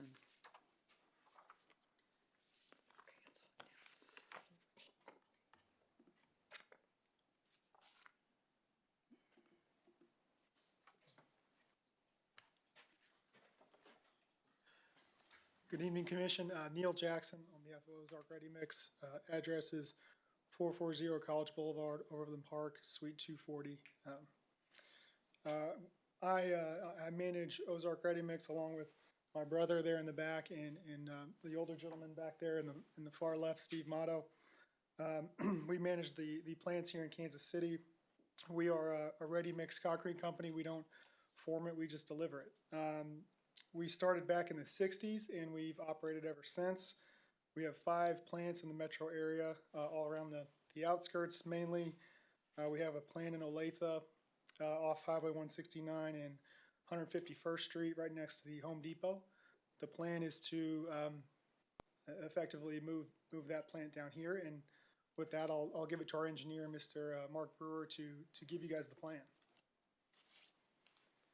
Good evening, Commissioners. My name is Mark Brewer with Schlegel Associates. Our address is 14920 West 107th in Lenexa. Just a brief kind of background of Ozark Ready Mix, in addition to what Neil just mentioned. This is kind of their footprint in the Midwest, if you will, so kind of mainly in Missouri and recently to this Kansas City area. I think everybody's familiar with the location of where this is at, just based on the comments so far, but just a little bit of an aerial view in case we need it later of where the site is in reference to the local street network. It's there highlighted in yellow. And then a little bit closer view in of where the site is. So yeah, close proximity to the existing ready mix facility and cement storage silos that has been mentioned already. And there's the intersection with 183rd and K7. And you can see kind of the uses around the site. So here's our site planned. As Ian mentioned already, we have been in conversation in the last couple weeks through this application process with KDOT on what that interchange looks like in the future. So that red line there represents what they've asked us to reserve on our site for future right-of-way needs. What eventually, as I understand, to be a separated interchange and overpass there at that intersection, but until we get there, it's, like was mentioned, more likely gonna be a signal in the interim until the capacity warrants that overpass. So then zooming in a little closer on what our site plan is actually, just to give you an idea of how traffic's gonna circulate on site and the individual features on site. Oh, I don't have a mouse. Generally trucks are gonna come from 183rd and K7, come down Webster there, and then enter the site from that access road along the north portion. From there, you'll see the two different drive aisles that come on the north end and head south. So that gives, there's actually two options for the trucks to load on this site, so they can choose either the east or west drive to come in and load up. Those kind of rectangles there on the north end is where the aggregate storage will be. And so that's your rock and sand. Those will be in kind of those either cast in place or concrete bunkers for those. And those will be loaded with a wheel loader. And trucks will come in, load those, and then wheel loaders will load those, the aggregate bins just to the south, and then those kind of long skinny diagonal lines are where the conveyors will load the hoppers for the plant. So if I did my work here right, yeah, there you go. So that's kind of the circulation path, that red line of where if a driver chooses, they'll contact the dispatch in the office. Driver will choose will be instructed which side of the plant to enter. They'll load the plant or load their truck, and then as before they exit, they'll hit what's called a load and go, which is kind of a truck car wash, for lack of better terms. It sprays all any dust or aggregate that's loose on the truck, sprays that off. All that water is considered processed water from the plant. It's captured on site. It is not discharged to the surrounding storm sewer system. It's all part of the required KDHE permitting for these types of industrial facilities. So all that is captured on site before it leaves. There's also a washout bay when the trucks at the end of the day return, where they back up to wash out their trucks before the end of the day. All that retains on site. Much of that water is captured and recycled on site to use for washing out the next day. So we're not using potable water over and over again and wasting that water. It is captured and filtered on site and reused. And then the 3,200 square foot maintenance facility, they're on kind of the western edge of the site. These elevations are what staff kind of presented as well, and did a good job covering kind of the important elements. Many plants don't cover that kind of center portion where much of the aggregate is loaded into those hoppers. So that one of the reasons that you do that is number one, weather and temperature conditioning of those aggregates. The more consistent those temperatures are, the more consistent your concrete mix is. It also controls the dust from those conveyors as they dump into those hoppers. There's also on the silos for the cement storage, there's a dust recovery system on that as well. We've covered the kind of the maintenance building, what that looks like. The gray enclosure on the right's a trash enclosure for the project. This is not the exact facility, but it is as a representative image of what this facility may look like, except for that center kind of portion where you see the aggregate hoppers. That's the portion that's going to be covered inside that building with this site. So all that will be enclosed, but you can kind of see the plant elements of the cement silos on both sides, the aggregate storage in the middle, the office and batch plant, and then kind of on either side they have those load and goes that I mentioned. Those are those kind of industrial truck car washes that hose everything off before it leaves the site. And again, all that water flows on the concrete surface to basins that capture that water before it leaves the site, and retain it on site. So understandably, there's a lot of questions we've heard about traffic. The information we presented on the preliminary plat and site plan when we made this application were the best information we had at the time and conservative. After talking with Ozark Ready Mix and how they use their Olathe plant, these are more realistic numbers on what the traffic is. Important distinction to make is when traffic engineers talk about trips. So if a delivery truck makes a delivery, that's technically 2 trips. They leave and come back. So, you know, if right now they're anticipating 15 trucks that they'll have at this facility, making 3 deliveries per day. So that's 45 deliveries, 90 trips. So that's how that we get our total trip count. Cement and aggregate deliveries are about 8 trucks or 16 trips. So truck traffic is about 106 trips max per day. Employee traffic, about 20 employees or 40 trips. So a total of 146 daily trips max. And a lot of times traffic engineers, when they talk about traffic volumes and the capacity of adjacent roadways, it's usually in terms of the peak hour of the adjacent roadway. And thresholds for traffic studies are typically around, if your site is generating 100 trips in the peak hour, that's when you really start looking at, okay, we need to maybe look at a traffic study for this site. We're at 25 trips, and that's probably generously estimated. Most of the delivery trips and employees will arrive and leave prior to 7 o'clock in the morning.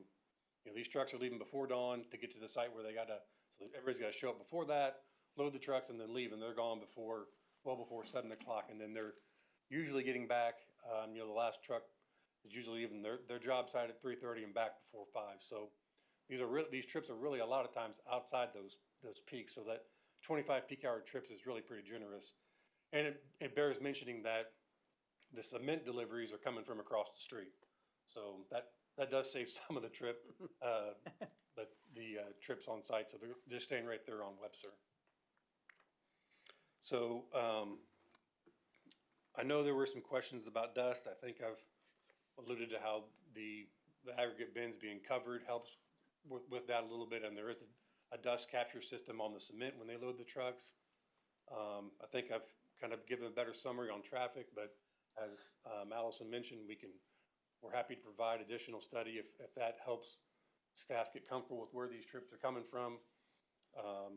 And then I think we've covered the lighting of the other concern. These silos will not be lit as others are in the area, you know, from dusk to dawn. So we've read through the stipulations that staff presented and are in agreement with all those. So other than that, I'm happy to answer any other questions you might have. I had a question about the exterior elevations. Okay. They showed 122 feet, so that's what I was confused on, because I was like, well, that isn't to scale, because I know a garage door isn't 60 feet tall.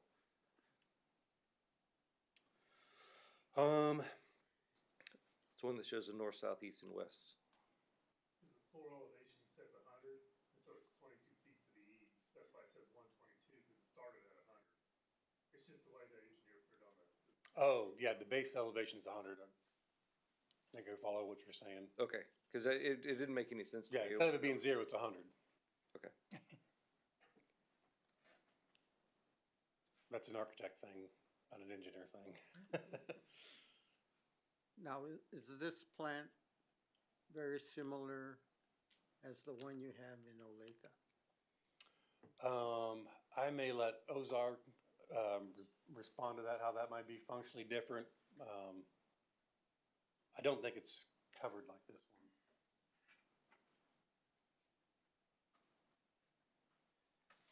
Good evening. My name is Kenny Jackson with Ozark Ready Mix, 4400 College Boulevard, Overland Park, Kansas 66211. These plants will be different in the sense that they're 35-ish years newer. We do have an enclosed location in Olathe that you can drive in and take a look at it if you want. It is enclosed.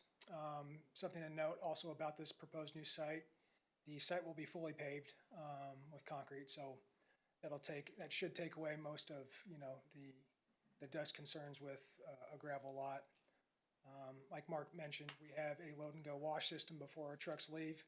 So 45 gallons is used in that system to wash down a ready mix concrete truck. So minimal water usage, but it does a great job to get our trucks clean and make sure there's no debris on them once they do hit the roadway. Yeah, other than that, our conveyors are generally the same. It's just a different design. Well, it's more the efficient. reason I ask is because I hate to drive my car past the one in Olathe because sometimes you can't see across the street because of the dust. I myself don't like taking a left turn out of our location in Olathe, let alone ready mix trucks. That's a very busy spot for ourselves, and we've outgrown our space. You know, if we need to go north, we usually take a right and head back north. You know, with this plan, the access road to the north on this piece of property was kind of our idea, just to get as much truck traffic off of Webster as we could and facilitate it on our own lot. So. Thank you. So how will your trucks get south then? Go south when they get, cause that's what the concern is. Yeah. Well, until there's a light, we're gonna have to shoot across 169 and take a left. You know, it's safety. I'm not questioning, I'm just asking. Yeah. So are they gonna go, the concern I think of the residents is that they're gonna go up and take a right and go over to Woodland and then go down south to come down to the next stoplight, which would be 199th Street. Right. I mean, it's hard to say because each address, each delivery point is different. You know, we want to be safe. We also want to be efficient, right? If you know, if I'm pouring your driveway, does your contractor want me going 45 minutes out of the way? So I'm going down. I understand. I'm not questioning. I'm just talking about what the concerns are. Yeah, I understand. And we you know, my best answer is we try to make it as safe and as efficient for us as possible. Does that mean we're gonna avoid every street, I don't know. That's hard for me to say. Sure. No, thank you. It was good presentation too, guys. So just a question I had between the different trucks, this is just for me, because I don't know much about cement plants.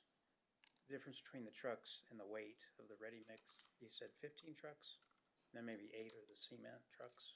Correct. What's the weight difference and what A fully exactly loaded, is on each? I'm assuming the cement truck is just like a cement truck ready to pour.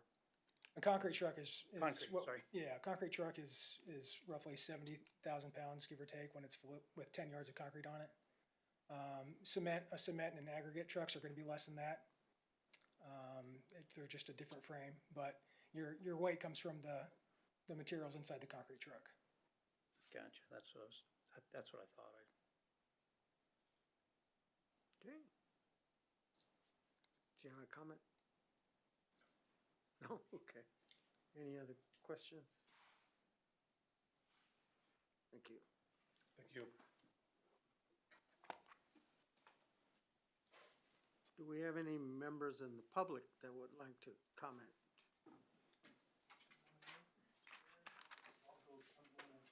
All right. I'll let the bandit off. Hi, guys. Hello. How are you guys?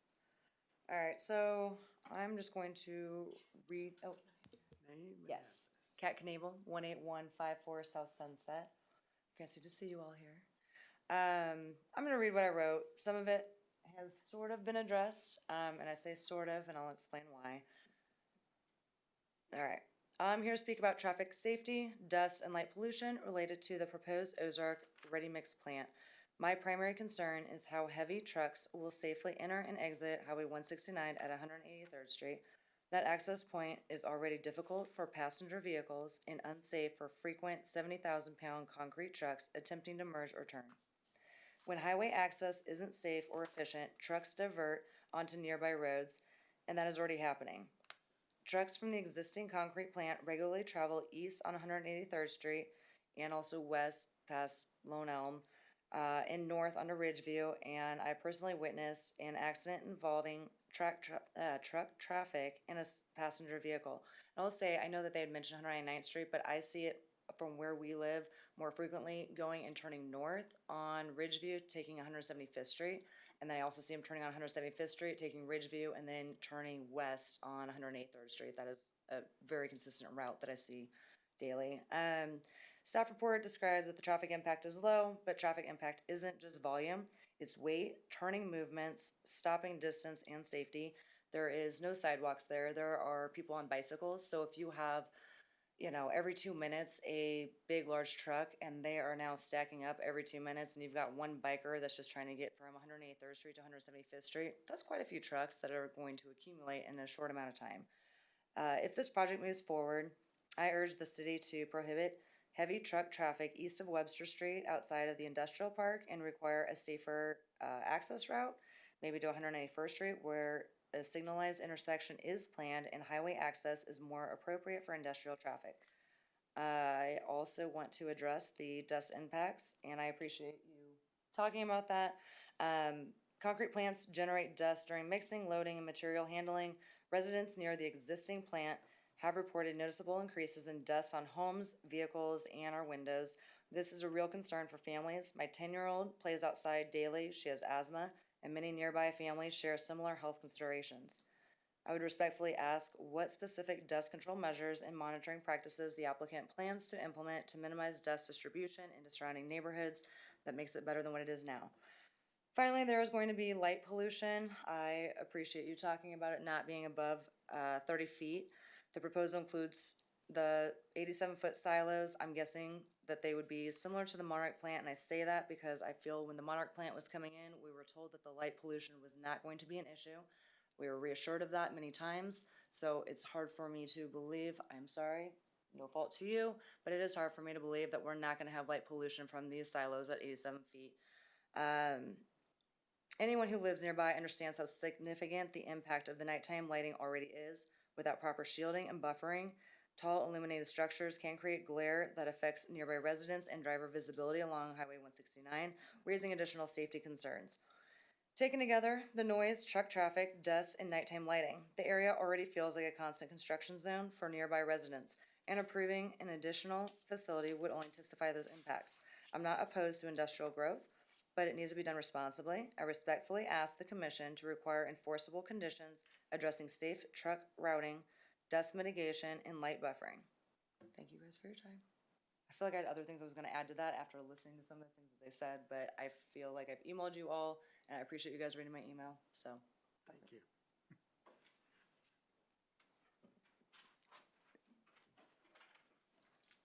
Okay, my name's Andy Lundberg, Lundberg, and you want my address? Yes, please. 18222 South Brentwood Drive.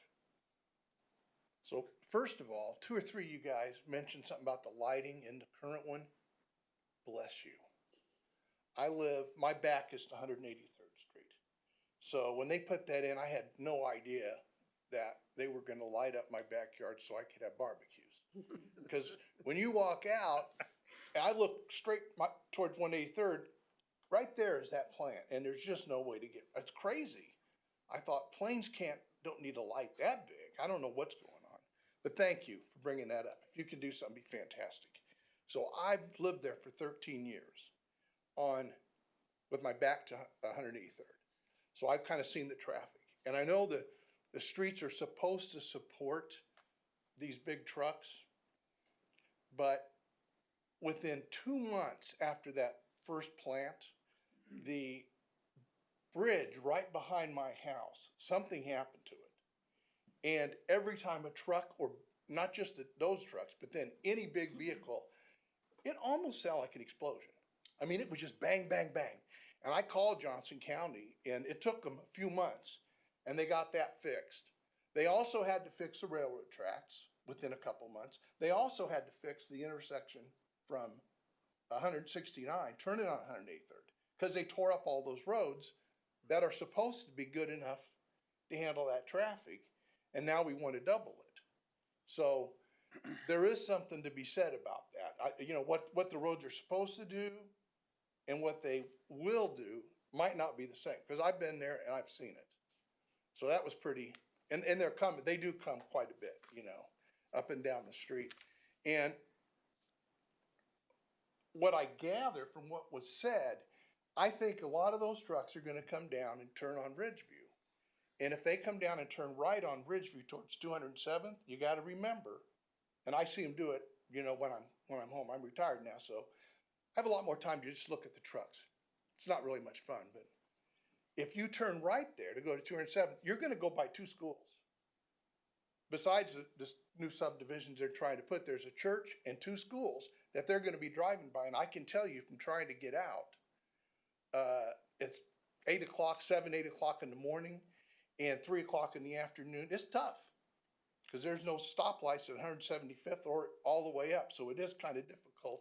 And I don't think you want those trucks going past the schools during school hours. It's just, it's crazy. To me, they're closer to 169. 169 is built for a lot of traffic and for big trucks.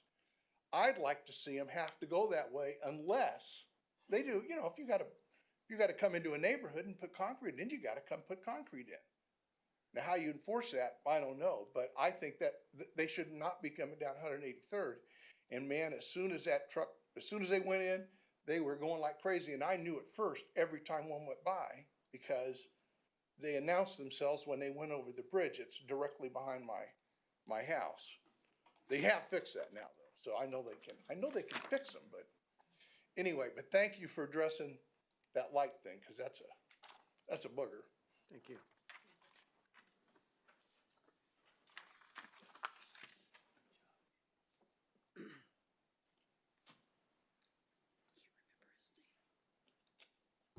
Hi, my name is Patrick Splichal. The last name is Splichal. Address is 18255 South Brentwood Drive. That's an Olathe address. So basically, I just want to echo the other citizens' concerns. My biggest concern is really the truck traffic coming in and out of that plant. We've lived out there now about 20 years, and with all the other development that's occurred right there along Webster between there and the railroad tracks, the amount of just general truck traffic in that area is probably tenfold what it was even 5 years ago. So I would echo a couple of things. First of all, and I know you only have so much power, this planning commission does, but I would advocate for none of the trucks to be able to go east on 183rd across the railroad tracks. And secondly, whatever you have in your power to increase the safety of the intersection there at 169 and 183rd needs to be done, because I've seen multiple cases of near accidents there. And, you know, we've already heard several times about how a traffic study doesn't need to be done, but as other people have already mentioned, it definitely depends on the size and the type of the vehicles that are going through that intersection. I've seen semis trying to turn left there that completely block the interchange at 169. You can't even get across. Or I've seen the other night, I was coming home from work. I travel that way every day to go back and forth to work. Those turn lanes on 169 are not long enough anymore because they can't accommodate all the truck traffic trying to turn there. The other day, I couldn't turn left off of 169 because there were two semis and a flatbed truck pulling a trailer that had the left turn lane completely blocked. So I had to go all the way down to 191st and come back. So every time we just add more truck traffic along that intersection, it just makes it more and more and more unsafe. And right now on 183rd, if you travel that way, there's not even turn lanes on 183rd. So when the traffic in the morning, all those concrete trucks and all the other trucks coming in off there, it backs it up something terrible because there's not even turn lanes there. And until either the city or the county or KDOT came in and improved it, like Andy said earlier, it was completely washed out there from all the truck traffic. So I would not be an advocate for going forward until there's significant improvements made to that intersection. Thank you. I can address the 183rd Street intersection. The city does have in our CIP and future plans to have a signal at 183rd Street. There is going to be some movement here soon. So anyway, those issues are going to be addressed. There eventually will be a signal there, and it will include turn lanes and areas for cars to queue up. Thank you. Any other? Is KDOT going to cooperate with you and give additional turning lane length coming onto 183rd Street? I believe the design has already been, or the conceptual design has already been approved for a previous development that was in this area. We're going to utilize that same design. It's going to have longer turn lanes and queuing queuing space for, multiple vehicles. 1 or 2 lanes, turning lanes? Um, Cause I believe the I previous, think there was two. the previous think the project previous was was 2, Yeah, Yeah. so, yeah, it's gonna be the same. okay, thank you. Any other members of the public that would like to speak? If not, did you want to respond? Yeah, it's okay, I'll respond to it, but a couple of points that, that were brought up that I have written down. So first up, the dust. I want to make sure we're all on the same page here. So across the street at the Monarch plant, there's really two things going on. So there's a ready mix plant similar to what we propose, but there's also a cement terminal. And so what a cement terminal is, cement is one of the ingredients that goes into concrete along with rock and sand and admixtures if you want to put it in there, and then water. So cement's the key ingredient. And so that's what those 100, I think you said 120-foot silos are with the lights. We're not going to have those here. We have the smaller silos that do keep our cement there, but it's not the distribution center that you see over at Monarch. If you look to the left or to the right or wherever their actual plan is with the littler silos, that's more of what we're looking at. So that's the difference there. And then on that same note, so because that's a cement distribution center, you're getting cement tanker traffic coming from the north and then down and then loading up and then going back out. And that includes us. So we come down 169, we grab cement and then go back up to our plant. With this plan, we cut out our cement traffic because we're simply going across Webster. We're not going on 103rd and then, or 183rd and then going up 169. We're simply going across the street. If we could put in a pipeline from the plant to the terminal, we would, but unfortunately we can't. So I wanted to make those 2 points. As far as the concern for the truck traffic and the heavy truck traffic going up 169, we fully support the imposition of a overpass there. That'd make our lives a lot easier. So as you guys know, there's a difference between highway miles and city miles, right? And it's even more true with a big truck. We'd much rather prefer to be on a highway as opposed to the city roads, because when you slam on that brakes with that kind of weight, it tears the truck up faster. So a lot of times, if we have a route, we prefer the highway route as opposed to the city route. The highway route gets us there faster. Concrete's a perishable product, so that's one concern. And then the wear and tear on the truck, it's less on a highway.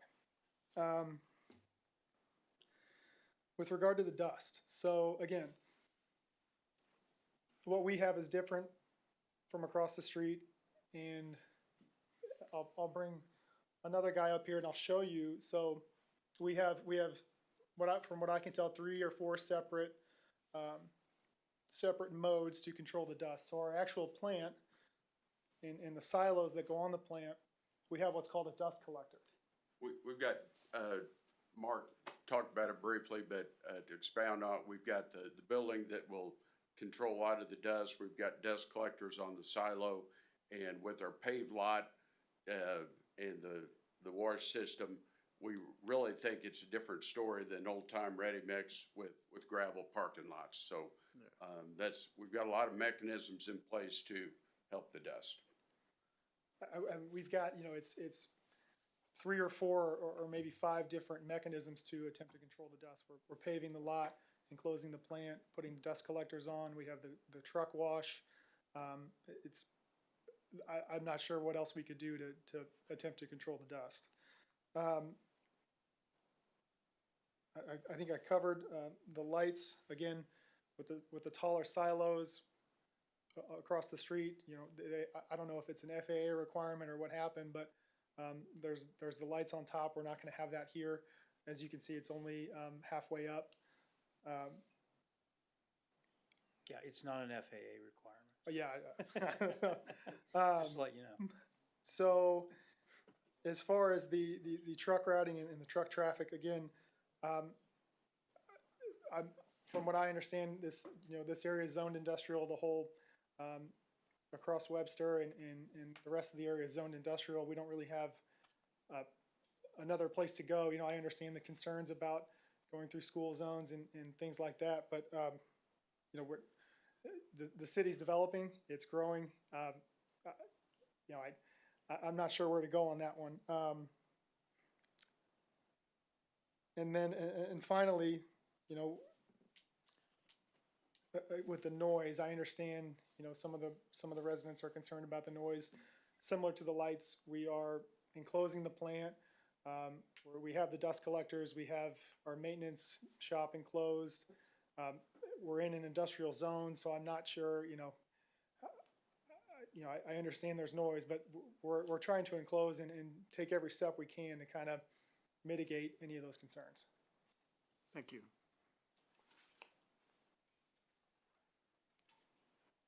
Anybody else?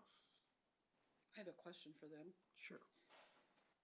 This is a 6:30 to 5:30 operation, or, I mean, I'm just trying to figure out, yes, there's lights there, yes, they're lower, is what you're telling us, but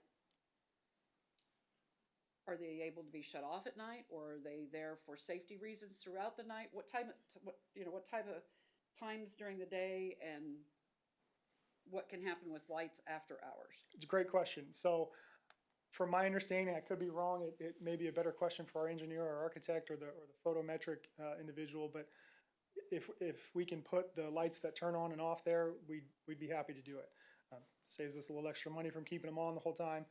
As far as the hours go, so concrete it's kind of its own niche industry, because you want to pour you know, as early as you can, because you got to wait for the concrete to form and set and everything else. And so generally we start, you know, in the summer we'll start, you know, our employees will get there 5:30, 5:45, and then we're loading at 6:15, and then 6:15, and then we're out the door.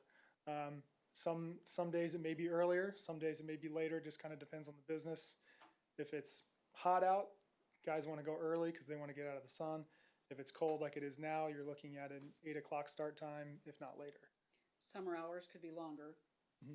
Yes. But it's not a 24-hour-a-day operation. No. Yeah, is it just Monday through Friday? Or? Yeah, so we're unique. Some of the other ready-mix companies in the metro area work Saturdays. We're a voluntary Saturday company. We're usually Monday to Friday. If we have somebody who wants to go on Saturday and we get enough volunteers to work, we'll do it. If not, we're strictly Monday to Friday. That helps, thank you. Just to elaborate on the lights, that's completely your prerogative for security or whatever, so there's likely a level we can turn those lights off when they're not in operation. Thank you.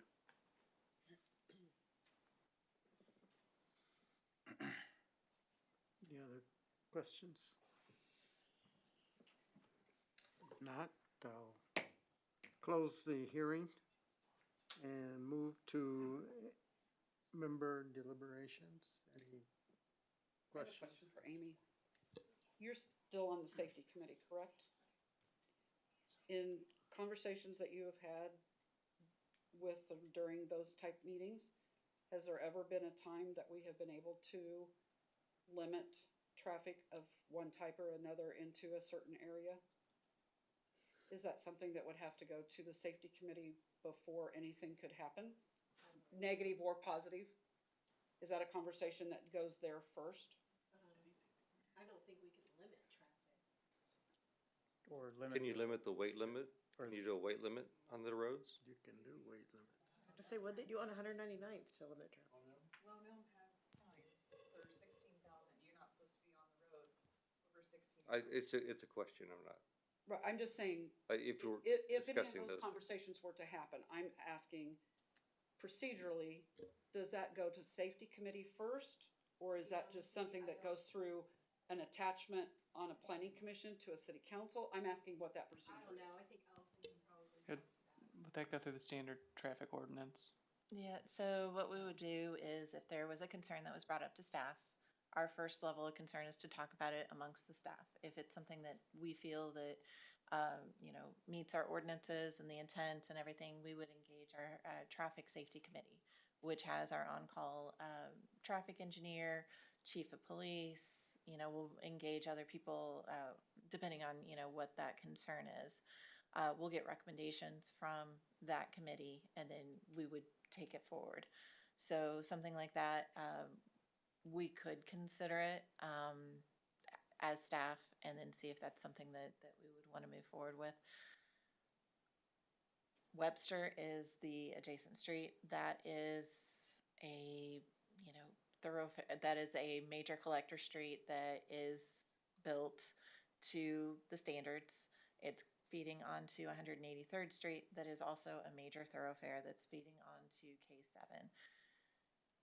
Like they mentioned, there is, the truck is going to take the most direct path to go to wherever their delivery is. If we were to sign this as a no truck route, then those trucks that are delivering concrete to Dayton Creek could use Lone Elm. The ones that are delivering concrete to some of the other areas within those streets, they can take those local streets in order to get there if that is the most direct route. So I don't know. We could take a look at it. Just on 183rd, most of that's the county anyway. And it Right, does so the mention city, dead end. the city only has out to Woodland, so there's about, we tried to map it, it's about 350 feet east of the, easternmost entry into the Monarch plant that we would be able to ban truck traffic. And after that, it's county road, and unfortunately, Johnson County does not let us dictate much to them, When you're so. saying ban, you're saying, that would include. If you wanted to turn it into a no truck route, there's about 300 feet of space we could turn into a no truck route, and then it would no longer be our jurisdiction. Same thing, yeah. Right, that's what I'm No, saying. Yeah. no, it's not the same thing. A no truck route is much different than a weight limit. She's not asking are they the same thing. She's asking what can we apply those limits to, and it would be that same level of we can only apply those limits within city limits. Correct. Within the So we city can't limits. go do a weight limit out on a county section of We can't 183rd. do a I no truck understand that, or but a it- weight limit. Yeah, If you put a weight limit on there and when they're empty, they're below that weight limit, and when they're full, they're above that weight limit, that's a much different thing. Well, Correct. weight limits are usually dictated whenever there is infrastructure that is substandard. Well, it sounded like that bridge If there was a substandard. bridge that couldn't take the weight, that's the only time that I've seen a weight limit imposed. So anyway, that's something that we could bring to the traffic committee. But, again, 183rd Street eventually does dead end. It doesn't go all the way to it doesn't go all the way to 69. Well, if they're going to 69, they're probably gonna go down to 68 highway anyway. Mhm. Yeah, I think the, I I guess, mean, I so- think the critical issue though is that, They're not our that, streets. that the county, folks would have to go to the county Mhm. and ask for that. That's true. So my question then is, no, we cannot attach anything that would be a recommendation to city council. It would not behoove us in any way to do any type of an attachment. That is correct. It would have to go through the standard process of starting with staff, going to the traffic committee, and then getting a recommendation from the traffic. That was safety my whole, Mhm. thank you. committee. Yes. Spencer, did you have something? No, okay. well, and I've heard a lot of concern, and the same as myself, is that, on the coming 183rd to Ridgeview and turning right past the two schools. I know there's development out there, and you have to deliver some of the concrete cement out there. That's really a dangerous spot. There's no shoulder on that Ridgeview. And I heard one of the guys say you get a bicyclist behind. There's so many on Ridgeview that's kind of crazy. They shouldn't be cycling on there, but I don't know if there's any way to control that either. If they have to, if they don't have to deliver, they shouldn't be on that area, right? And I think Ridgeview falls into the same category. Portions of that is within the county, so that's outside of our control. The part that is within the city, we do have that on our long-range CIP to make those improvements from 191st to 199th. And who pays for all the road maintenance? Like one of the citizens brought up the significant road maintenance caused by the heavy trucks. Do the companies help share in that? This is just a question for me. Spencer, maybe you can answer it. Does the city pay part of that, or is it all of that, or do they share in the cost, or how does that? I think Monarch did, didn't they? Yeah, I think in the past, some companies have contributed to that, but typically cities are responsible for maintaining their roads. Tax, okay. Right.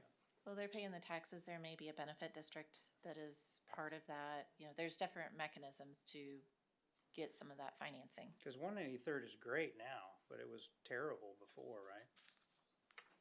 Mhm. I take that every day. You promised me my truck won't get dusty if I drive on 183rd. Well, we'll have a car wash nearby. You can go get a car wash. Yeah, exactly. Yeah, exactly. That's right. And stop at Moody's and get some. So, to piggyback on the traffic issue, so one 80,000-pound truck is equivalent to 5,000 to 10,000 passenger cars. 5,000 to 10,000 passenger cars. Yeah, they said. So it's a significant the- impact. The one trucks are 70,000 pounds, right? Yeah, The 8 of the cement, and then the other ones are lighter, but yeah. that's a lot of, okay, A no lot. wonder the road got torn. So that's why it gets damaged so bad, which so it has nothing to do with this situation, but my husband was working out in Abilene for like a year, and the highway got shut down, and highway traffic had to divert off of the I-70 go through Abilene, and he was working on the jail at the time, refurbishing it. And so the sheriff was telling him that he was incredibly concerned because he's like, these roads are not meant for semi trucks to come through. They're just residential streets. They're not meant for this. It's going to tear up our streets.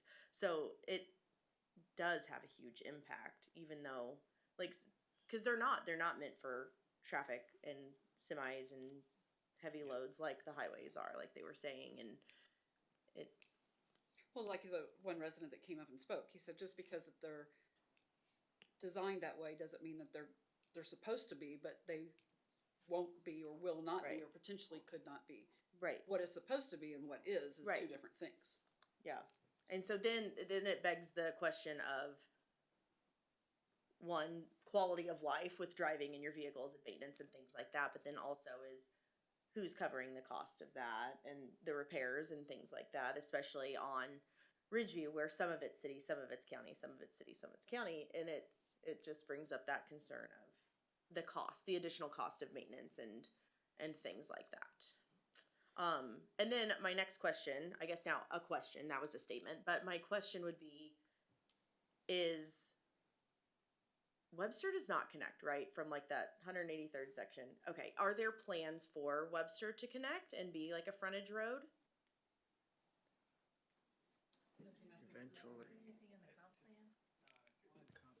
Say something about that if you like. Yeah, Very difficult crossing, I think. I don't think there's been anything finalized. To use a bad pun, there's nothing concrete on it. Oh, Spencer. It's not a bad pun. That's a dad joke. I'm Yeah. here for it. I think there's been discussions over extending that, but nothing past really discussions. I think it ultimately depends on what happens to the north of there. Right. You know, that development is ripe for just about anything, depending on, you know, what it's zoned for. So I think it ultimately depends on whoever purchases that and wants to develop it. Are you talking about Webster North or no, Webster Uh, South? It's Webster north of 183rd Street. No, I'm sorry. I meant connecting south Oh, between like 191st and. Yeah, there's plans to do that. there are plans to do that. Okay. That, sorry. Oh, okay. Yes. I'm sorry. That I did not clarify. That's. That's, I thought you were talking about going north too. I was looking at the map, so you guys should have just known what I was talking about. I'll know next time. Thank you. Thank I you. knew you were talking. Thank you. Yes, there are plans to Okay. eventually do that. Okay, which that would help alleviate some of that Mhm. 108 or Ridgeview 183rd traffic at some point potentially. Okay. Well, and that would take it through the industrial area to the south. Yes, thank you. Okay. Are you gonna close the public? I already did. Okay, yeah, he closed it to the public, right? okay. So there's 2 or 3 different things that I can see that let's just talk about them, think outside the box here. If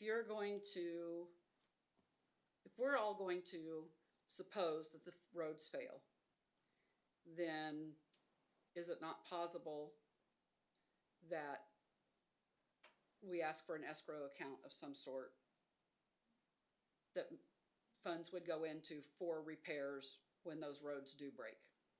We've asked for escrow accounts for other things.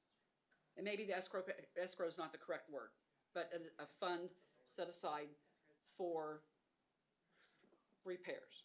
I don't know whether that's within our purview. No, I just said, let's just, I'm throwing out ideas because I have had other conversations and there have been instances where we have done that and it has worked. We have talked about for years a frontage road, north to south. Again, I find ourselves, the city, in a predicament where we have the cart before the horse. We're not keeping up with our infrastructure, and it's being put back on taxpayers to take care of it. So I think that at some point, we do have to think about that. I don't want my taxes to go up. I don't think anybody on the commission does, nor do the general public to pay for the growth for Spring Hill. That's been spoken over and over again. I feel like that's such a rock and a hard place, though. It is, because you need absolutely. these businesses to come in to Absolutely it is. offset. That's why I said, we're putting, again, the cart. We need to, at some point, Spring Hill has got to stop and catch up. I'm to sorry, infrastructure. Cindy, we probably should move away from this part of the conversation because it's not germane to what's being reviewed today. I understand your concerns, but we're getting into the financial component. Listen, at the same token, if we recall, not many months past, it's already been brought up tonight by Ms. Abel, that the other entity that was there, we said, that came in with a proposal, we said, put in the traffic light first, and then you can build. And they agreed to that. I'm not so sure that with any of these other answers that are out there, that anybody has come up with, that may not be the best answer. Is this is tabled until the traffic, she's saying the traffic light has, the conceptual plan has been approved, that we say, we'll wait for the traffic light to go in. It is a public safety issue at 183rd. You're not going to convince me of anything any different. The other place was going to have 72 overnight parking places. This is 100+ trips a day. This is more than what the other one was. Not even close. Well, it's half of the. No, Yeah. no. The truck stop. has I'm saying with hundreds the of trucks overnight. waiting in I'm front. saying overnight parking. We're not talking about overnight parking. We're talking about trips. Just trips. Right, but I'm saying you had 72. Well, parking hang on, spots I'm for just, overnight. and to clarify, and the way the applicant discussed a trip is a trip in and a trip out is each one. understand So that. if it's 72 spots and assuming each spot is only used one time, that's 140, I right? understand- Yeah, I okay. understand that. I'm So, not, yeah. I'm not done. I'm just saying. Right. That said, well, hang on. That said, when that applicant was discussing a stoplight at 183rd, they were talking, we were looking at a 12-month runtime, right? 18 months to get that stoplight in. That is no longer something that KDOT has promised within that time frame. And while we're working with them, they are going to wait until the entire study is done. If you're going to hold every development that comes close to 169 waiting for KDOT to finish that study, that's a broader discussion that needs to be had rather than on this That's conditional why I use would permit. say that we table. I that we think- would table this. I think- That's where I'm headed. Okay. With all of these other considerations. I think that It that's. is a traffic issue at 183rd. I'm glad that I don't have those teenage drivers, and I am one of those senior drivers, that it is going to, I don't trust that we're not going to have light pollution or that we will not have significant increase in tragic accidents up and down that road. And we're just asking for one more place to be put in that is going to be a taxpayer issue to pay for. Road improvements and road upkeep. So why do we let any cars come in? Why do we build any new houses? They're passenger cars, not No. cement trucks. It's the same thing. How do you think those houses get built? Troy, I understand, but I'm just telling you my point Every one of view. those houses has multiple cement trucks that go to them. I understand what you're saying, but I'm saying I am not, I have a very hard time with this. Okay. I understand exactly what Kendra said as well. It's between a rock and a hard place. It is. I don't, it's a traffic problem. That's, Every project that we have is a traffic problem. I understand that. That's why at some point we have got to give the city a chance to get infrastructure in place. And I know that's if they come, we do this. They don't come, we don't do this. We'll put the monies towards a project that's already up and going. I understand that. I'm not new to the game. I know. I'm just saying, I have a hard time with this. Okay, and again, stopping projects to let the city catch up is a governing body function, and it is not part of this CUP. I understand that, but it Okay. also lets them know a planning commissioner or the planning commission's thought behind what their decision is.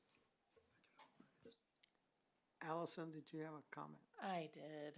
So there are existing safety issues. They were brought up earlier today by some of the residents. It was brought up whenever we went through the Safe Streets for All study last year. We are addressing some of those issues. Give us time to do that, but don't impact an application that has 140 trips per day for truck traffic. That is not a significant amount of traffic compared to the truck stop that we were originally talking about for 183rd Street. So I think we're talking about two totally different things. We are addressing some of the safety issues with the infrastructure, but that should not hold up this application. KDOT is fully aware of that. That's why they're studying that K7 corridor study right now to figure out what other safety improvements can be done along that corridor. Okay. Well, I think the applicant mentioned that a lot of the deliveries would be just across the street. Is that correct? Well, filling up would be across the street. Yeah, just filling up, but not filling up long distance, right? Right. That shortens a lot of, Less trips. a lot less. Any other comments? If not, I stand for a motion.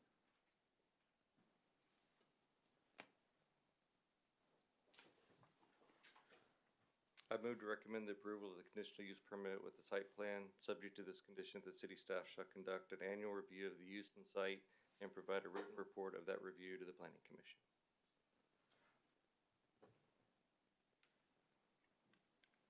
Second. Okay.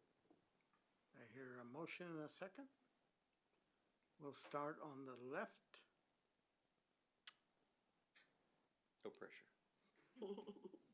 Can I comment on that? Sure. Sure. I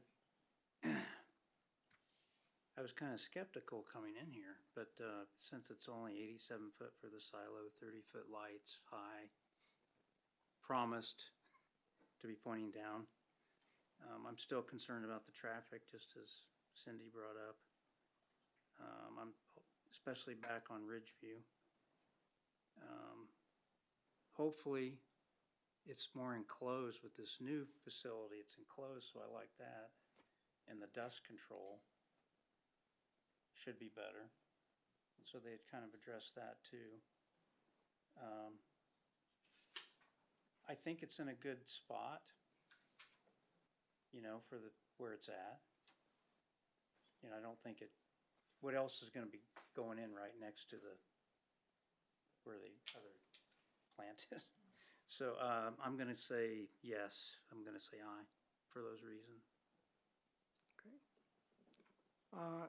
I guess in a lot of similar ways as Sly said, I think they're doing the best they can, maybe more, to mitigate dust, to mitigate actually traffic, because now they have easier access to where they get some of their material. So I'm gonna vote yes. I understand your concerns about traffic, but those cement trucks are already coming down 169 from just right up the street. So I'm voting yes. The traffic was definitely a concern for me, but with hearing that the Webster Street will be connected south of 183rd to 191st makes me feel a lot better about the residential streets. It's not going to be connected South it will be, not north. Okay. South it will be, but not north. So that makes me feel a lot better. So I'm voting aye. My vote's gonna be no because of traffic safety. I don't disagree with some of the comments that have been made. I came in very concerned about lighting. There was other points that I had and questions I had on that. I appreciate the lighting. I appreciate the enclosure pieces. It's just simply, I'm think at some point we have to address traffic and safety concerns. Thank you. The vote is 4-1. Motion passes. Thank you. Discussion items. Y'all want to talk? Got a couple. Go bio break. Break. It's been 2.5 hours. We'll break. Can we take? Can we, finish 5 the minute break? discussion quickly? 5-minute break? Break? Yes. Okay. Do like at 9:35? Yeah. Okay. What? On yours, can you vote, please? It's kind of a no-win situation.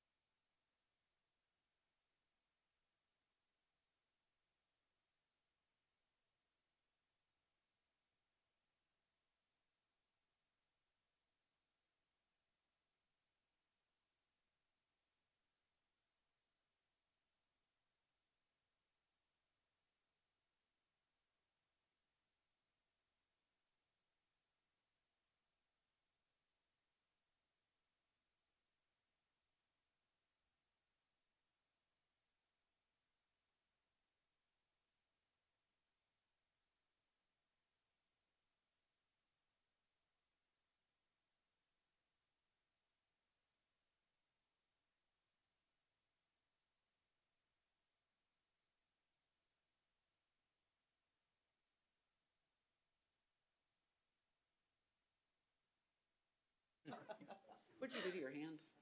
Oh, I cut it today at work and I scratched it and it opened up. Sorry, so, sorry about that, I was gabbing. You know, occupational hazard. It is, isn't it?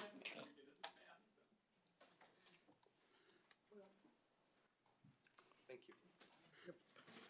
Oh, we're passing it live. You all saw the video. You ready? Yes. Okay, so for announcements and reports, number 7 and 8, no agenda items were approved at the city council meeting on December 11th and the city council special meeting on December 30th, respectively. And on January 8th, city council approved the final plat for Wiswell Farms 4th plat. So those are the news updates. We have as staff one very cool new thing that we want to share. So we have revised the application submittal schedule.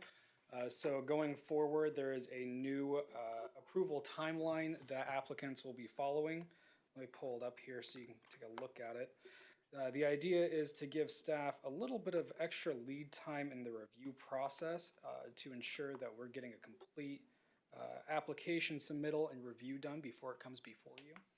Up until this point, you may have noticed that we often have quite a lot of conditions of approval. We wanted to kind of get away from that to where we're coming to you with a little bit more cohesive application. So let me pull up what that looks like here for you. I just thought I had it pulled up. I guess I did not. You want to talk about why we have to keep it on the agenda and the time frame and everything like that?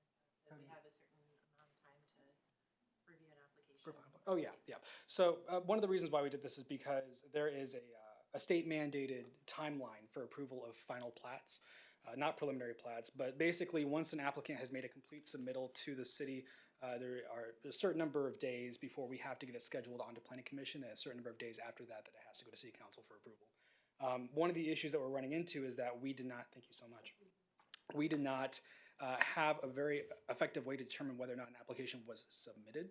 So what this does is it gives us an opportunity to receive a submittal and then do a round of reviews, take a look at it, and then determine whether or not we have a complete submittal. At that point, we can then have what we call like a go, no-go meeting, where we can determine whether or not it's going to be time for us to schedule it for an agenda hearing. So it basically just makes sure that we're coming to you with the best possible plan at that point. You can kind of see what it looks like here. That thick, dark line running north to south, that's the moment where we decide whether or not an application is going to come before you, or if it's just not quite ready yet, if it needs to go through another round of internal reviews. So going forward, this is what it's going to look like. It won't affect y'all too much, but just know that this is happening on the back end. We want to keep you guys apprised of it. I don't think there's anything else from like a news standpoint. I did want to, following the conversation that we had today specifically related to Avondale, I understand that, you know, the architectural elevations of the idea of a conceptual plan, it's a little new, a little shaky. We can definitely work through some of that. I wanted to know if we were to investigate that a little bit more and kind of formalize what sort of things we'd want for a conceptual elevation packet, if you will. What sort of information do you guys want to see? I know that we kind of had a conversation about materials, the massing in terms of like the front entrance. What are some things that I can kind of have to guide my direction as we look into this, assuming this is something that we...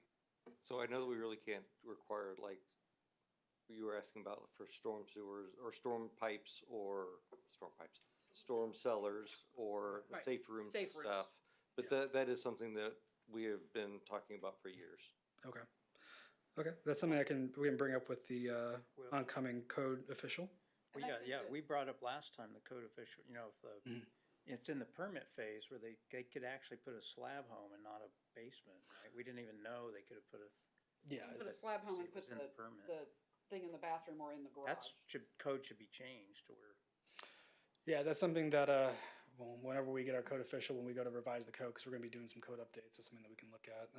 I think you included, either you or Ms. Abel included information about the playground upgrades and all of those type of things. I think those are the other things that we were looking for, but it was included, I mean. Oh, like with the facility, like the amenities that were included with that project? Any of those type of things, but I think that was included in, I mean, those are the things that were. Yeah. I know sidewalks came to mind. Right, so, oh, yeah, Yeah. absolutely. Soapbox, You I already know. know my soapbox. Yeah. But I think it's just so that we can see that whole overall picture of what it potentially would look like. And then one of the others, and I don't know what it's called, and Chuck's not here to pick his brain. Remember when we were talking about a conceptual idea of having those homes that had the common use area and they, Yeah. whatever that, I mean, so that we can visualize and, no. Is what- it like the No, front-loaded it was homes with the, the? Oh, I'll have to It was think of placed the in name. Colorado. Yeah, so it's just a set of homes and they are, it's like a little community and they have. And they had a common area where they used picnic areas and barbecue pits and fire Oh, pits. yeah. Is it one of those where it's kind of like rear loaded and then like the front door, so to speak, is facing inwards towards a communal Yes. center? Yes, I know exactly what you're talking Yes. about. Yeah. So just so that we could see that overall It's like renderings maybe is kind of. community is going to look like, or what the feel for it, or the, Vibe. yes, Got a vibe check it. yes. What, I mean, it's that give and take, like you said, so what are we getting? What are we're giving this, what are they giving? What Yeah. are they bringing to us? Well, and I like the idea too, if there are like multiple developers or something, the HOA, like Yes. regulations and what they require and things like that, Mhm. just so we do get an idea of this is what's fine, this is what's not, just more broad, but also slightly more detailed, something to picture. Yeah. Okay. Cause yeah, I totally, like, how can you control what each house is gonna look like when you do have multiple builders coming in? And I really do like the neighborhoods that have multiple builders, cause the home styles are Not different cookie and cutter. things like that, yes, but also you wanna make sure that you're not going to have super modern next to this rustic cottage. And Right. just Yeah. Right. looking out of place, and So. also, who's to say you can't have modern, like, it's hard, but. One thing that I've seen before when I was working for the city of Lee Summit, we had an applicant come through for a residential subdivision that had it was like a design guidebook in a way, and it had like prohibited materials, permitted materials, sample photos, I guess, and then like prohibited designs. So they would have like prohibited contemporary, postmodern, all this stuff, kind of like, broader words. But I think in the end, it worked towards that idea of painting a picture of what that is going to look like or what it won't have. Is that something kind of along the lines of what you're thinking of? Because, yeah, we're trying to find a way to strike the balance between how to give them flexibility, but also not let them just go Right. crazy. I think so. That sort of Yeah, thing. anything to help narrow down the idea of what it's going to look like, I think would, Be helpful. yes. Okay. Now, I'm not saying this is something I can like just do because yeah, a you lot of it's can. going to have Yeah, to be you can. probably You're codified, but Expecting it by 2:00 tomorrow. I got to go to bed. But okay, that's good to know. Yeah. Very good to know. Cindy, it's called pocket communities. Thank you, I could not come There up you with that, go. thank you. Okay. So those type of words just give us that insight. Sure, sure. And yeah, I don't know how often we're gonna run into this thing where we're gonna have a developer that's not the builder. It's obviously pretty common to have these larger Sure. companies come through and just do them all, but whenever it does, it's good to have that flexibility if we can work around it. Okay, perfect.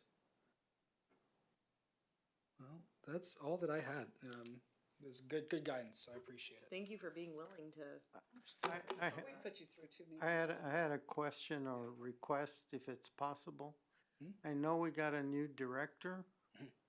Is it possible to get a copy of a resume or a summary of who this person is? And Was that included on that way we know We probably could. who do we're that. going to be interacting with. I don't know, maybe. I want his references, I want. Yeah. You have a bio or something? I think that there has been some talk about maybe trying to do like a meet and greet or something like that, so that might be more appropriate. I was- Yeah, yeah, that's- the- I mean, No, we have February 5th?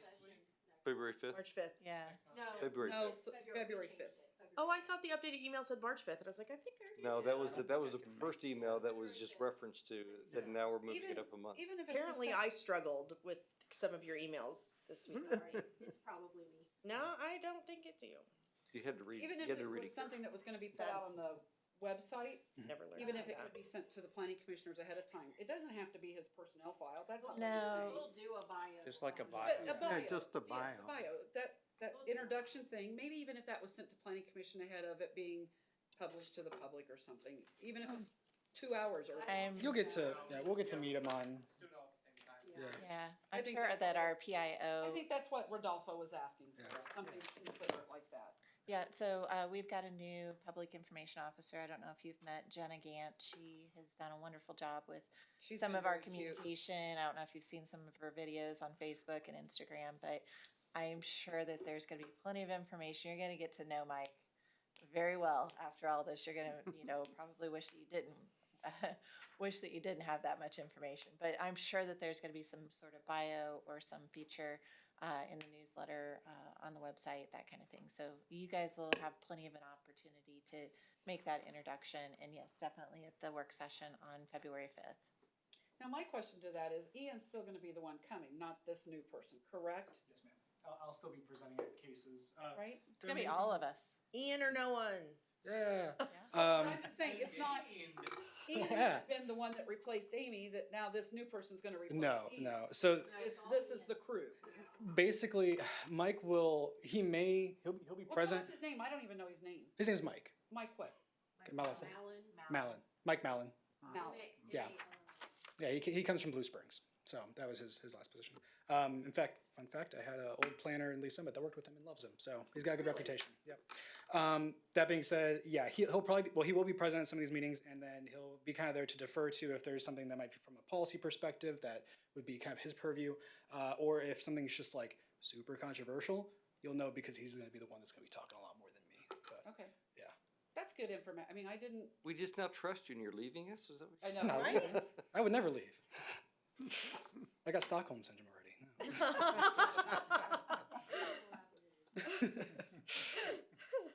Well, thank you. Yeah. I had a Somebody can find something, it would be nice to know who it is. Exactly. We didn't do minutes tonight. We didn't have a meeting last month. Okay. Well, yeah, but we so- still have to approve the previous minutes. Well, I forgot, and we'll do it. Okay, that's fine. Yeah, I just didn't know if that was a new. Appreciate the procedure. honesty. Yeah. No, that's my problem. No, it's okay. I just was trying to figure it out for me. I'm not letting you off that easy. Just because we didn't have a meeting last month doesn't mean we don't have any minutes to approve. Amy, I'm being nice. I know. I just didn't know. It's a different thing that we're doing. We got a different proposal with, I know. we're changing it all And- up. Well, and the whole New year, new craziness. the whole presentation looks different, so, I mean, it's okay. Got a new I'm- staff letter. It's going to change again too, probably, because I can't settle on a design. So Well, that's okay. I'm flexible for the most part. there you go. I'll entertain a motion to. Oh, wait, adjourn. I have one thing. Oh, you have a question? Sorry, no, Okay. not a question, just a comment. On November, the last time we met, we talked about, they were building the slab homes right next to me, and right across from the high school. Lo and behold, I don't know if you've said something to them, but they started building the basements within a week. Oh. I did not, because. You didn't? That was their plan. You didn't say anything? No. I was just, coincidence, maybe? No, Amy's But they got put in that the magic basements and they wand. did it. Yeah. But they didn't change the sign yet. Did you tell them to change it's Newcastle, they have one word, it's supposed to be two words? Newcastle? They have been told that. Okay. They may be. Just waiting for checking. a new sign, but I'll- And you might tell them to turn down the Spanish music when they're over there late. at night. Oh, come on. Those are the workers. No, they're late at night, playing it, and early in the morning. Steve, we know you're out there dancing. Okay, we can. I move to adjourn. All those, oh, sorry. I second it. Second. All those in favor? It's the wild, wild west out here. There are no rules. There are no rules. The rules stopped. Robert's rules.